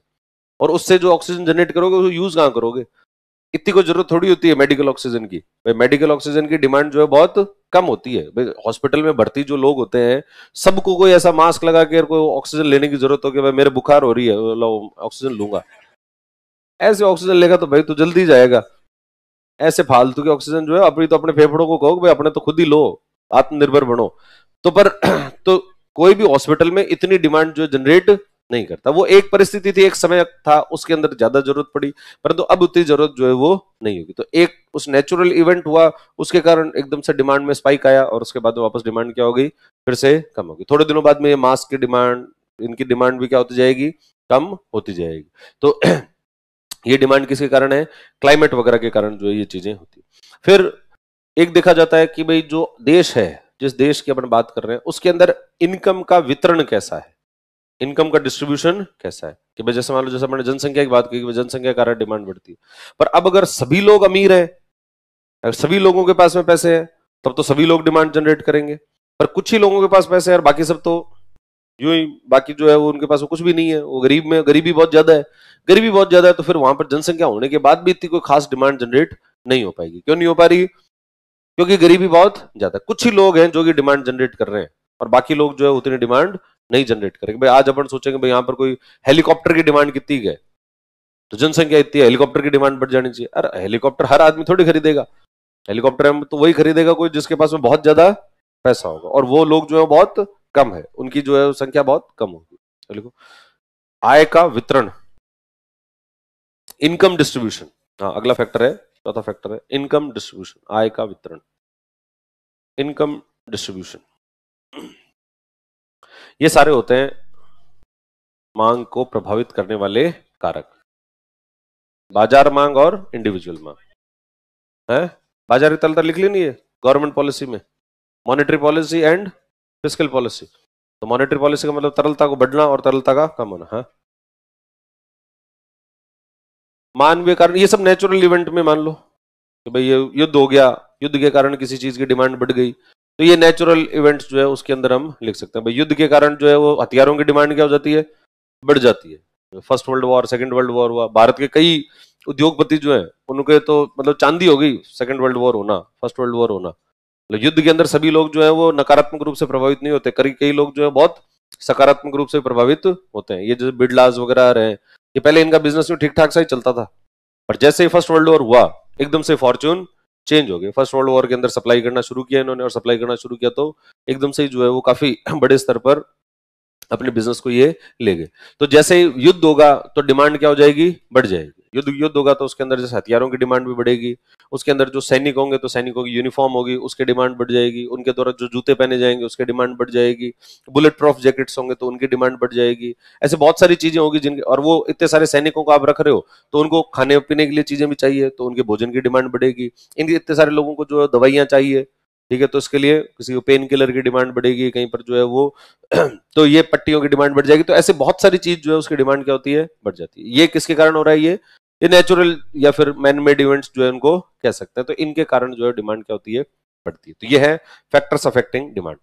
अब एक होता है मांग का नियम, रूल ऑफ डिमांड। देखो अगला, मांग का नियम, रूल ऑफ डिमांड, मांग का नियम, मांग का नियम, रूल ऑफ डिमांड। मांग का जो नियम होता है, जैसे अपन ने कहा कि भाई इसको डिमांड जो है वो बहुत सारी चीजों से प्रभावित होती है, और इसमें सबसे पहला प्रभावित करने वाला कारक क्या था, सबसे पहली कारक क्या लिखा है, प्राइस, वस्तु की कीमत। तो उसको देखा जाए कि वस्तु की जो कीमत है उस कीमत का मांग के ऊपर वास्तविक रूप में कैसा असर पड़ता है। तो कीमत और मांग के बीच में जो संबंध है उसको बताने के लिए कौन सा क्या बनाते हैं अपन, एक ग्राफ बनाते हैं और इसको कहते हैं रूल ऑफ डिमांड। ये क्या कहता है, सिंपल सी बात कहता है ये कि कीमत और मांग के बीच में जो संबंध है वो कैसा है, नकारात्मक संबंध होता है, नेगेटिव रिलेशन होता है। कीमत और मांग के बीच में नेगेटिव रिलेशन होता है। इसका मतलब है कि अगर कीमतें बढ़ती है तो मांग कम हो जाती है, और अगर कीमतें कम होती है तो मांग क्या हो जाती है, बढ़ जाती है। जैसे कई कई आपने देखा हो सेल लगा देते हैं, कई जो है वो बिजनेस के अंदर सेल लगाते हैं, तो सेल लगाते हैं तो क्या होता है, लोग बाग जो ऐसे टूट के पड़ते हैं, कह रहे यार सेल लगी हुई, लो चलो चलो चलो सेल में खरीद लो, तो जरूरत नहीं है तो भी खरीद रहे हैं। क्यों खरीद रहे हो? सेल है इसलिए जो है सेल के अंदर खरीद रहा है व्यक्ति। तो इस वजह से जो मांग का नियम है वो ये बताता है कि अगर कीमतें कम होगी तो डिमांड क्या होगी? बढ़ेगी। और अगर कीमतें जो है वो क्या हो जाए? वो बढ़ जाए तो डिमांड क्या हो जाएगी? वो कम हो जाएगी। बस यही है रूल ऑफ डिमांड। यह मांग और कीमत के बीच संबंध बताता है। इट इंडिकेट्स रिलेशन बिटवीन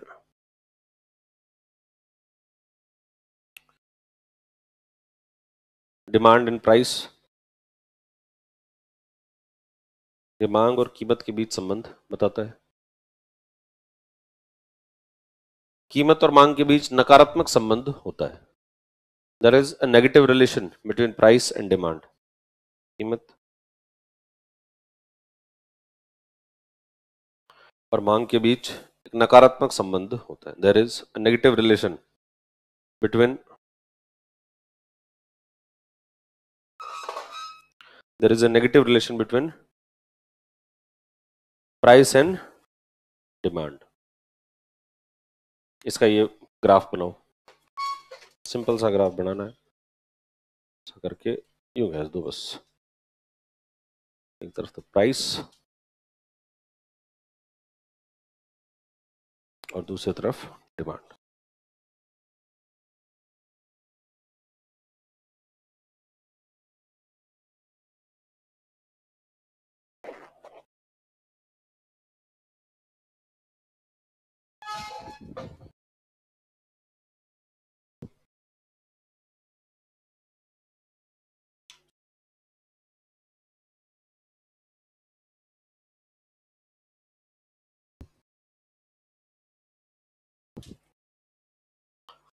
कीमत और मांग के बीच नकारात्मक संबंध होता है, अर्थात आगे लिखो, अर्थात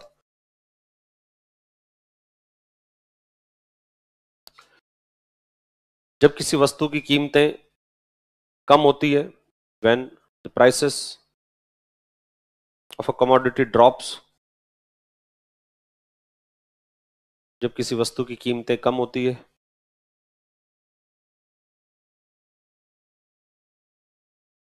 जब किसी वस्तु की कीमतें कम होती है तब मांग बढ़ती है, द डिमांड इंक्रीजेस, तब मांग बढ़ती है। तथा जब कीमतें बढ़ती है, तथा जब कीमतें बढ़ती है, एंड व्हेन प्राइसेस इंक्रीजेस, तथा जब कीमतें बढ़ती है,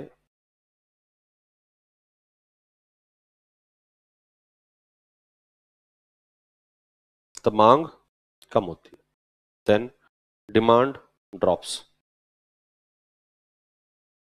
अब ये प्रभाव किसका है? कीमत का प्रभाव है। किसके ऊपर? मांग के ऊपर। मांग का प्रभाव कीमत के ऊपर नहीं है, उल्टा मत कर देना तुम। किसके ऊपर प्रभाव है? कीमत का प्रभाव देख रहे हैं किसके ऊपर? मांग के ऊपर। मेरा प्रभाव आपके ऊपर, आपका प्रभाव मेरे ऊपर, दो अलग अलग बातें हैं।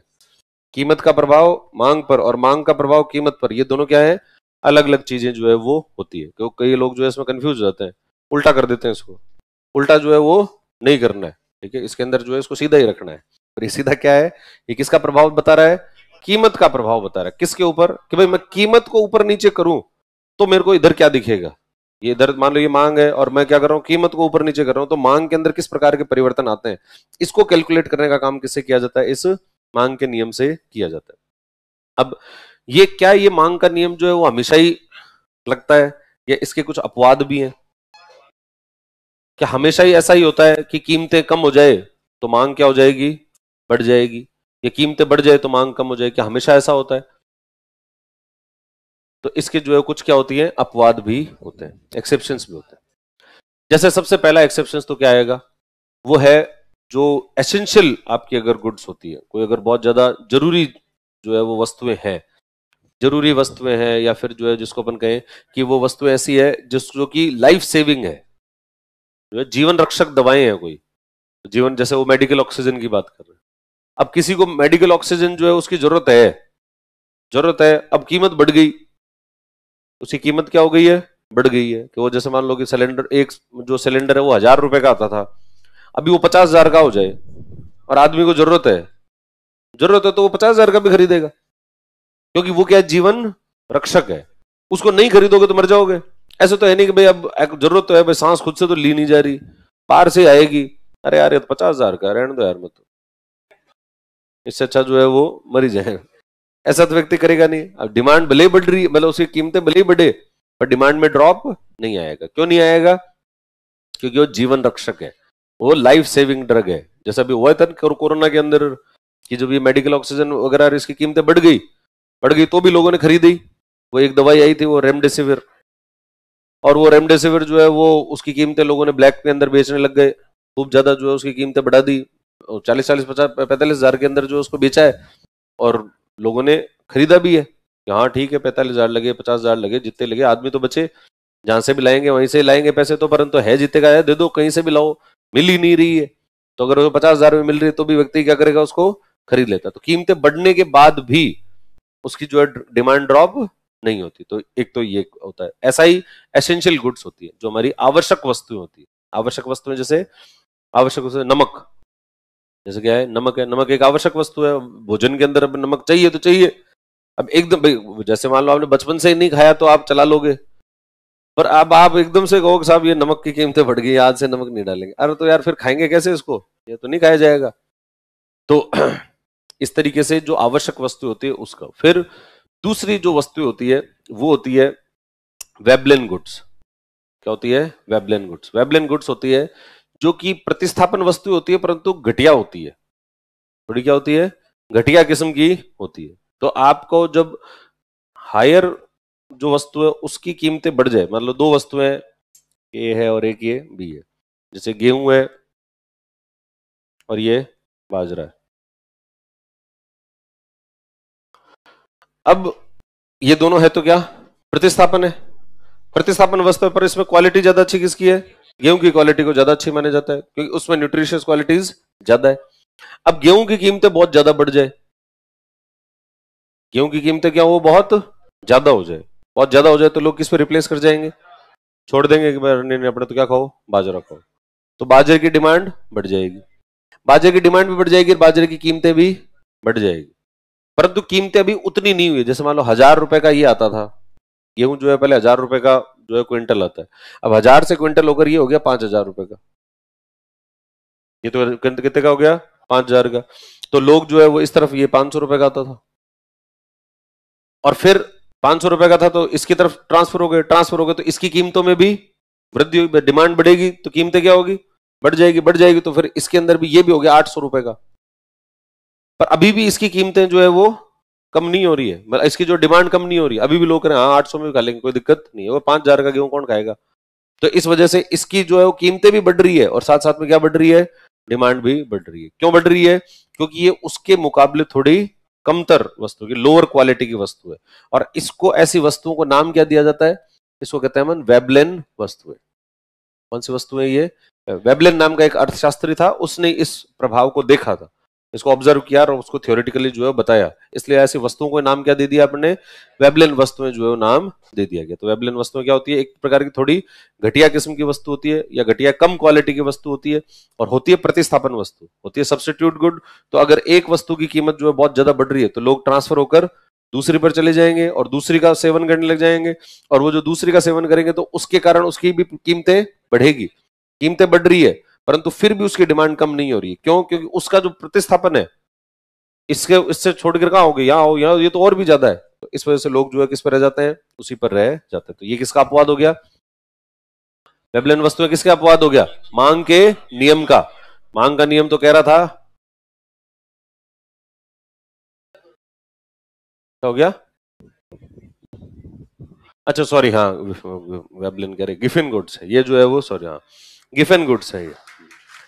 वेबलेन वस्तुएं जो है वो होती है जो कि फैशनेबल, जो कि स्टेटस से सिंबल होती है। ये कौन सी वस्तु है ये, इसको वेबलेन नहीं है, ये है गिफेन वस्तु है, गिफेन वस्तु कहते हैं उसको। गिफेन नाम का अर्थशास्त्री था, उसने ऐसा होता है। इसी का एक और एग्जांपल होता है, वो होता है वेबलेन वस्तुएं भी होती है। वेबलेन वस्तुएं वो होती है जो कि किससे जुड़ी होती है, सामाजिक स्टेटस से, किससे जुड़ी हुई हो, सामाजिक स्टेटस, सोशल स्टेटस से जो चीजें जुड़ी हो उसको अपन क्या कहते हैं, उसको वेबलेन वस्तुएं। तो उनमें भी यही होता है, कि वेबलेन वस्तुओं के अंदर भी कीमतें अगर बढ़ रही है, अगर कीमतें बढ़ भी रही है तो भी लोग जो उसकी जो आपकी डिमांड है उसको क्या नहीं करेंगे, कम नहीं करेंगे। जैसे मान लो कि गोल्ड है, अब गोल्ड जो है लोग क्यों खरीद रहे हैं, शो ऑफ करने के लिए खरीद रहे हैं, वो स्टेटस दिखाने के लिए। अब और वो स्टेटस तभी दिखेगा जब उसकी कीमतें ज्यादा हो। अगर गोल्ड जो है वो 10 रुपए किलो मिले, गोल्ड अगर 10 रुपए किलो मिलेगा तो क्या होगा, तो लोग खरीदेंगे थोड़ी उसको। भाई ऐसा हो सकता, जैसे ये तो कहता है कि मांग का नियम तो कहता है कि अगर कीमतें कम हो जाए, कीमतें कम होगी तो क्या होगा, मांग क्या हो जानी चाहिए, बढ़ जानी चाहिए। तब गोल्ड जो है वो 10 रुपए किलो मिल रहा है, कितनी मांग बढ़ जाएगी, कोई नहीं खरीदेगा, अरे भाटा है क्या करना है इसका, कोई मतलब ही नहीं है उसको, फिर क्या करो, कहां शो ऑफ करोगे उसको, तो कहीं शो ऑफ नहीं कर सकते। इसकी तो कीमतें बढ़े, बढ़े तो व्यक्ति जो है वो कि भाई ये तो स्टेटस से जुड़ा हुआ है, स्टेटस से जुड़ा हुआ है तो उसको जो है व्यक्ति खरीदेगा।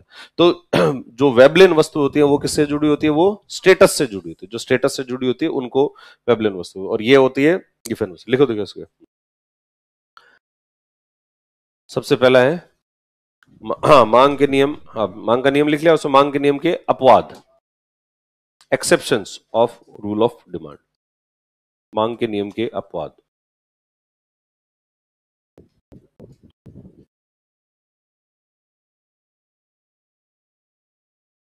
Exception of rule of demand, सबसे पहला है आवश्यक वस्तुएं, एसेंशियल गुड्स, आवश्यक वस्तुएं, एसेंशियल गुड्स, आवश्यक वस्तुएं, एसेंशियल गुड्स, जैसे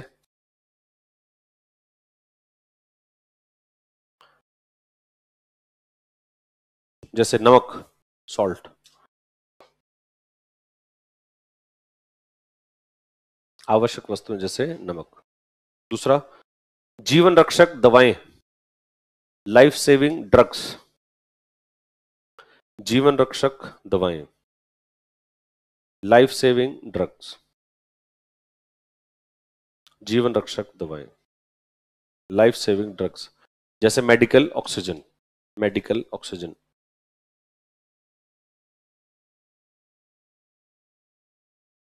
जीवन रक्षक दवाएं जैसे मेडिकल ऑक्सीजन। और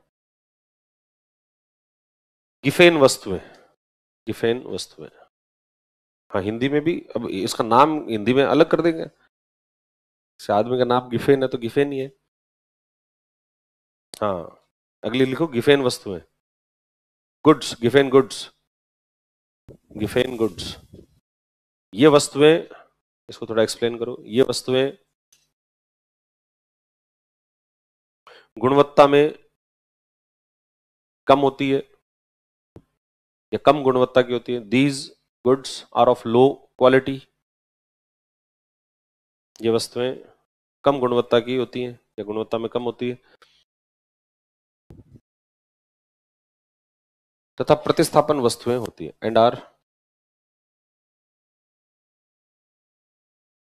पेट्रोल के दाम अचानक से क्यों बढ़े, क्या आरबीआई मौद्रिक नीति से कम नहीं कर सकती, तो देखो आरबीआई जो है वो कुछ काम कर सकती है, कुछ काम नहीं कर सकती। आरबीआई लिक्विडिटी को कंट्रोल कर सकती है, देखो महंगाई जो है वो अपन आगे पढ़ेंगे तो ये देखेंगे महंगाई कई फैक्टर्स होते हैं उसके, आरबीआई सब चीजों को कंट्रोल नहीं कर सकती, कुछ चीजों को जितना उसके हाथ में है उतना तो वो काम करेगी, जितना हाथ में नहीं है वो काम नहीं कर सकते, क्योंकि अब जैसे पेट्रोल के दाम है ये इंटरनेशनल फैक्टर पे है, क्योंकि ये पेट्रोल डीजल जो है हमारे यहाँ उत्पादित होता नहीं है, मतलब क्रूड ऑयल जो कच्चा तेल हमारे यहाँ उत्पादित नहीं होता, तो ये इसका फैक्टर क्या रहेगा, इंटरनेशनल। अब आरबीआई को रशिया को कह तो नहीं सकता कि भाई युद्ध बंद कर दो, तो आरबीआई उस युद्ध को बंद नहीं करा सकता, अमेरिका को ये नहीं कह सकता कि इस पर प्रतिबंध मत लगाओ, तो ये आरबीआई के बस से बाहर की है, बाहर की बातें हैं, तो इसको आरबीआई कंट्रोल नहीं कर सकता। तो बहुत सारी चीजें हैं जिसको आरबीआई कंट्रोल नहीं कर सकता, मौद्रिक नीति के माध्यम से ऐसा कोई सारी महंगाई मौद्रिक नीति से कंट्रोल हो जाए ऐसा नहीं है, कुछ चीजें होती है जो मौद्रिक नीति से कंट्रोल हो जाती है, कुछ प्रकार की महंगाई या कुछ हद तक महंगाई जो है मौद्रिक नीति से कंट्रोल हो सकती है, पर सारी महंगाई जो है मौद्रिक नीति से कंट्रोल नहीं हो सकती। जैसे मान लो अगर फसल खराब हो जाए, बहुत तेज ओलावृष्टि हो जाए कई दिनों तक, तो सारी फसल क्या हो जाएगी, नष्ट हो जाएगी। फसल अगर नष्ट हो गई तब उत्पादित नहीं हुई, चीजें उत्पादित नहीं हुई तो कीमतें बढ़ जाएगी। अब आरबीआई इसमें क्या करे, आरबीआई के ऊपर से खुद तो शक्तिकांत दास खड़ा हो नहीं जाएगा कि लो साहब मैं नहीं आने दूंगा, ओढ़ूंगा कहीं पर भी।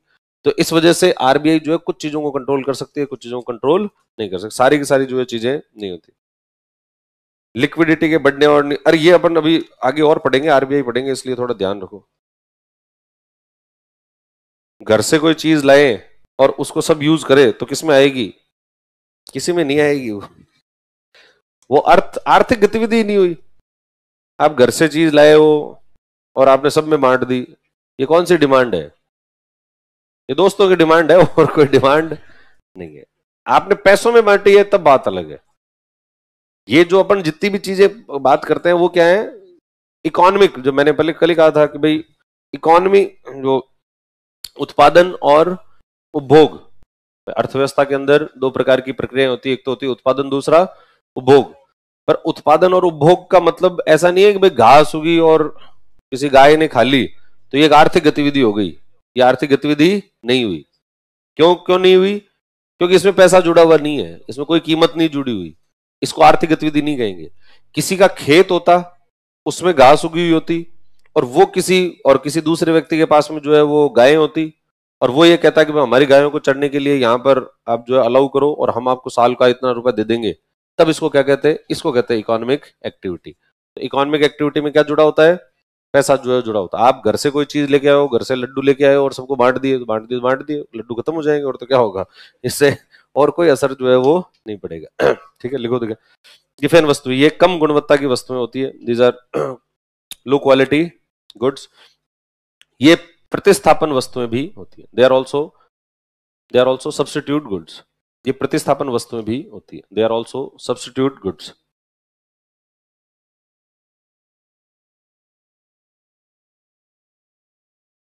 अधिक गुणवत्ता वाली वस्तु की कीमतों के बढ़ने से विद इंक्रीज, हाँ इसी में लिखना है, अधिक गुणवत्ता वाली वस्तुओं की कीमतों के बढ़ने से with increase in prices of high quality goods. अधिक गुणवत्ता वाली अधिक गुणवत्ता वाली वस्तु की कीमतों में वृद्धि से with increase in prices of high quality goods, लोग कम गुणवत्ता वाली वस्तु पर कम गुणवत्ता वाली वस्तु का उपभोग करना शुरू कर देते हैं। पीपल स्टार्ट कंज्यूमिंग लो क्वालिटी गुड्स। लोग कम गुणवत्ता वाली वस्तु का उपभोग करना शुरू कर देते हैं। पीपल स्टार्ट कंज्यूमिंग लो क्वालिटी गुड्स।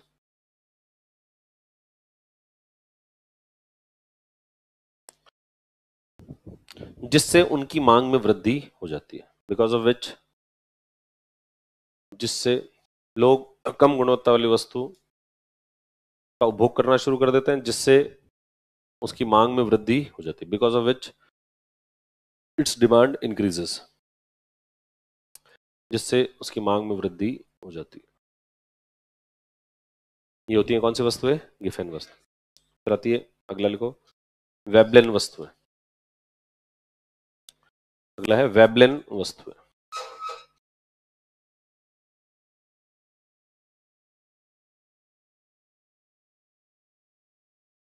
वेबलेन वस्तु है, वी, अच्छा बे लिख दिया क्या? वे,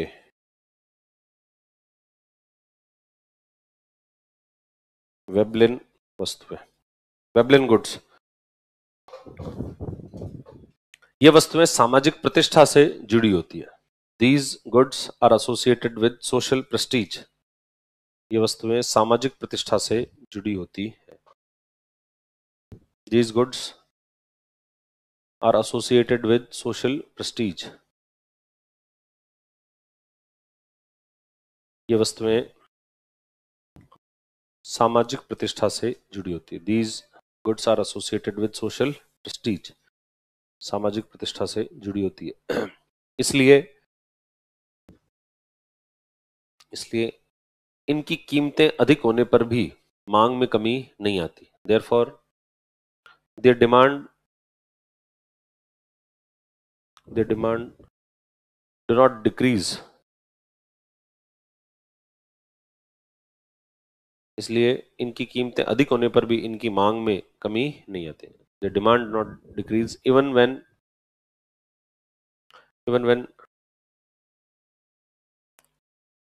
their prices are high.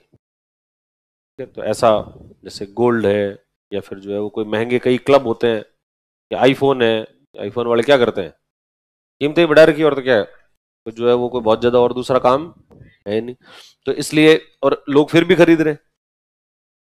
13 आ गया, 14 आ गया, 15 आ जाएगा, हर कुछ दिनों में जो है वो कुछ ना कुछ, हर साल एक नया जो है वो आता ही रहेगा और लोग जो है वो फिर उसको खरीदे। क्यों खरीद रहे हैं? शो ऑफ कर लिए, स्टेटस सिंबल के लिए जो उसको खरीद रहे हैं। ठीक है। इसी तरीके से कोई महंगा क्लब है तो उस महंगे क्लब की जो मेंबरशिप व्यक्ति ले रहा है तो वो क्यों ले रहा है? वो ये दिखाने के लिए कि मेरे पास में उस महंगे क्लब की जो है वो मेंबरशिप है, तो वो बताने के लिए आसपास के लोगों को, भाई देख मैं ऐसे पैसे वाला हूँ। ठीक है, ऐसे तो पैसे तो है, तो ऐसा क्या कर, पैसा जब तक दिखाया नहीं तब तो फिर क्या मतलब पैसे का? तो इसलिए व्यक्ति क्या करता है, उसको दिखाने की भी कोशिशें जो है वो करता है ताकि उसको समाज के अंदर जो उसकी प्रतिष्ठा बने, सोशल प्रेस्टीज के लिए व्यक्ति जो है ऐसा कार्य करता है। ठीक है। तो ये सब चीजें जो है उसमें किसमें आती है? वेबलेन वस्तु में। इसके अलावा और भी चीजें होती है जैसे फैशनेबल गुड्स।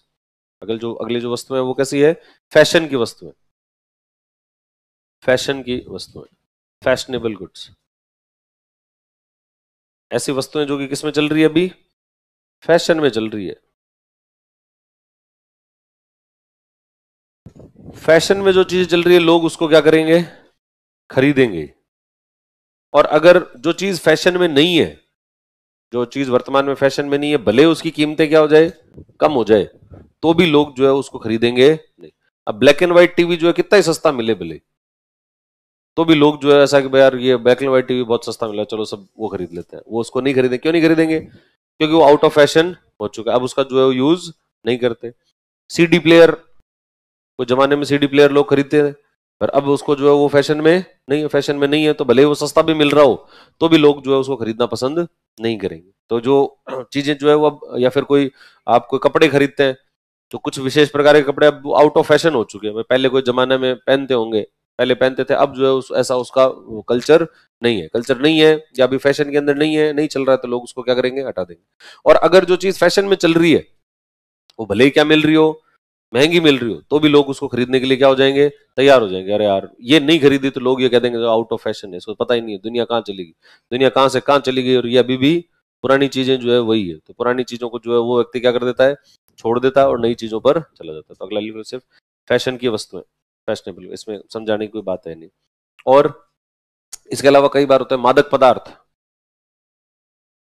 मादक पदार्थ, नार्कोटिक ड्रग्स या नशीले पदार्थ, मादक पदार्थ, नार्कोटिक ड्रग्स।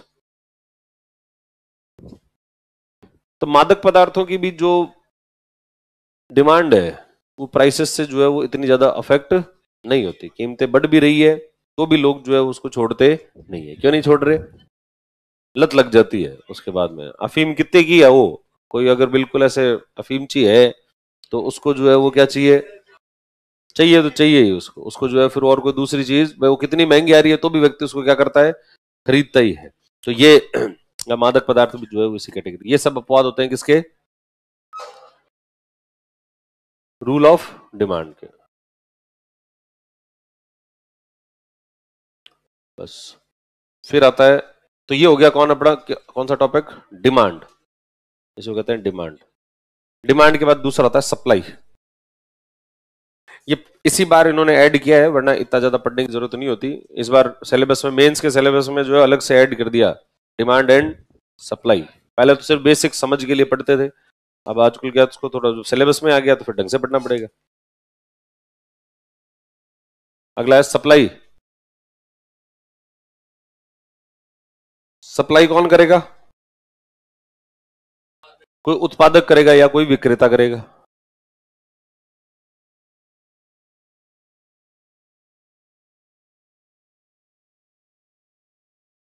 कोई प्रोड्यूसर है या कोई सेलर है उसका, वो क्या करेगा? किसका, किसी चीज की सप्लाई करेगा। अगर कोई प्रोड्यूसर किसी वस्तु या सेवा, इस सेवा को विभिन्न कीमतों पर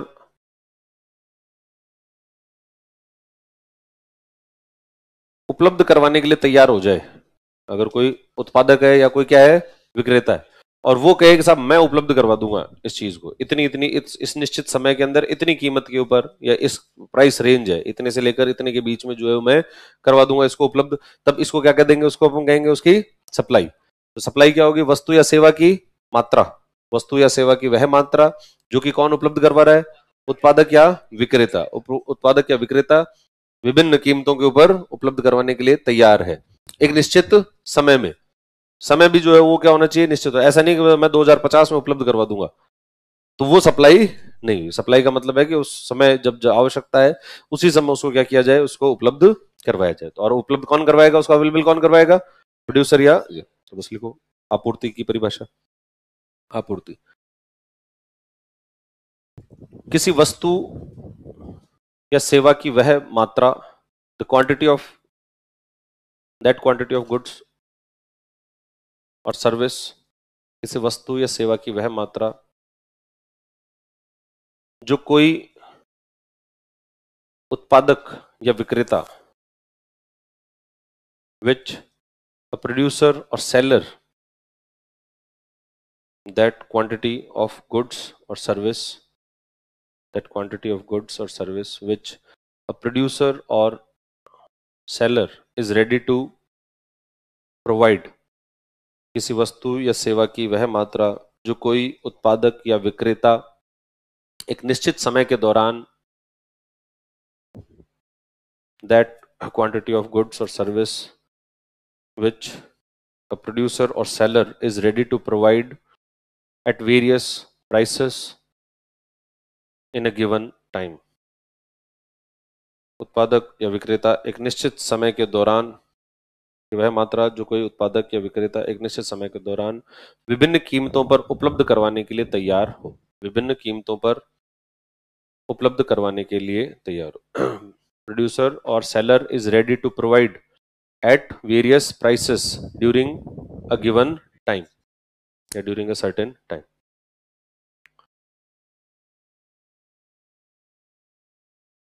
आपूर्ति कहलाती है, इज कॉल्ड सप्लाई। आपूर्ति कहलाती है, विभिन्न कीमतों पर उपलब्ध करवाने के लिए तैयार हो, आपूर्ति कहलाती है। ठीक है, तो इसको क्या कहते हैं अपन, सप्लाई।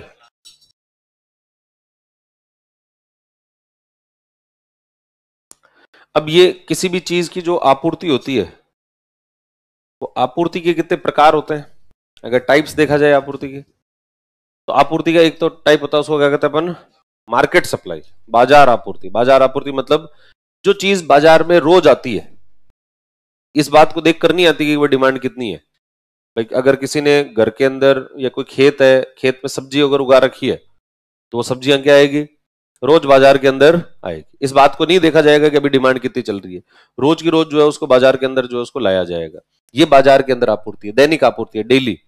मछलियां है, कोई मछुआरा है वो मछलियां पकड़ के लाया है, अब मछलियां पकड़ के लाया तो ऐसे घर पे तो रख नहीं लेगा, उसको डेली कहां पर लेकर जाएगा, बाजार में। भले कीमतें कम मिलो या कीमतें ज्यादा मिलो, उससे उसको कोई खास फर्क नहीं पड़ेगा, क्योंकि अगर वो उसको घर में रख लेगा तो चीज क्या हो जाएगी, खराब हो जाएगी, और ना ही उसके पास में ऐसा रखने का कोई जो स्टोरेज की जो कैपेसिटी होती है वो भी नहीं होती। अगर दूध है, दूध अगर उत्पादित हुआ है, गाय ने दूध दिया है, भैंस ने दूध दिया है, तो वो क्या करना पड़ेगा, मार्केट में ले जाना पड़ेगा, अब चाहे कितनी कीमत जो उसकी मिलो। तो इस तरीके से ये जो आपूर्ति होती है इसको अपन क्या कहते हैं, बाजार की आपूर्ति या मार्केट सप्लाई कहते हैं। लिखो देखिए, आपूर्ति के प्रकार, टाइप्स ऑफ सप्लाई।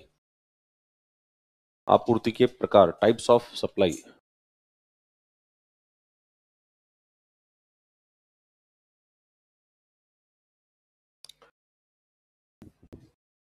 इसमें सबसे पहला है बाजार की आपूर्ति, मार्केट सप्लाई।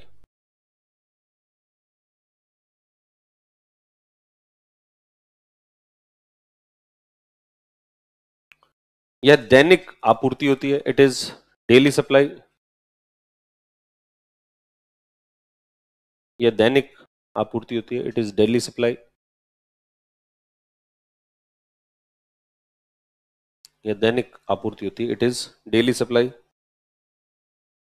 जैसे बस नाम लिख लो इनके, मछली, सब्जियां, दूध आदि, फिश, वेजिटेबल्स, मिल्क एटसेट्रा।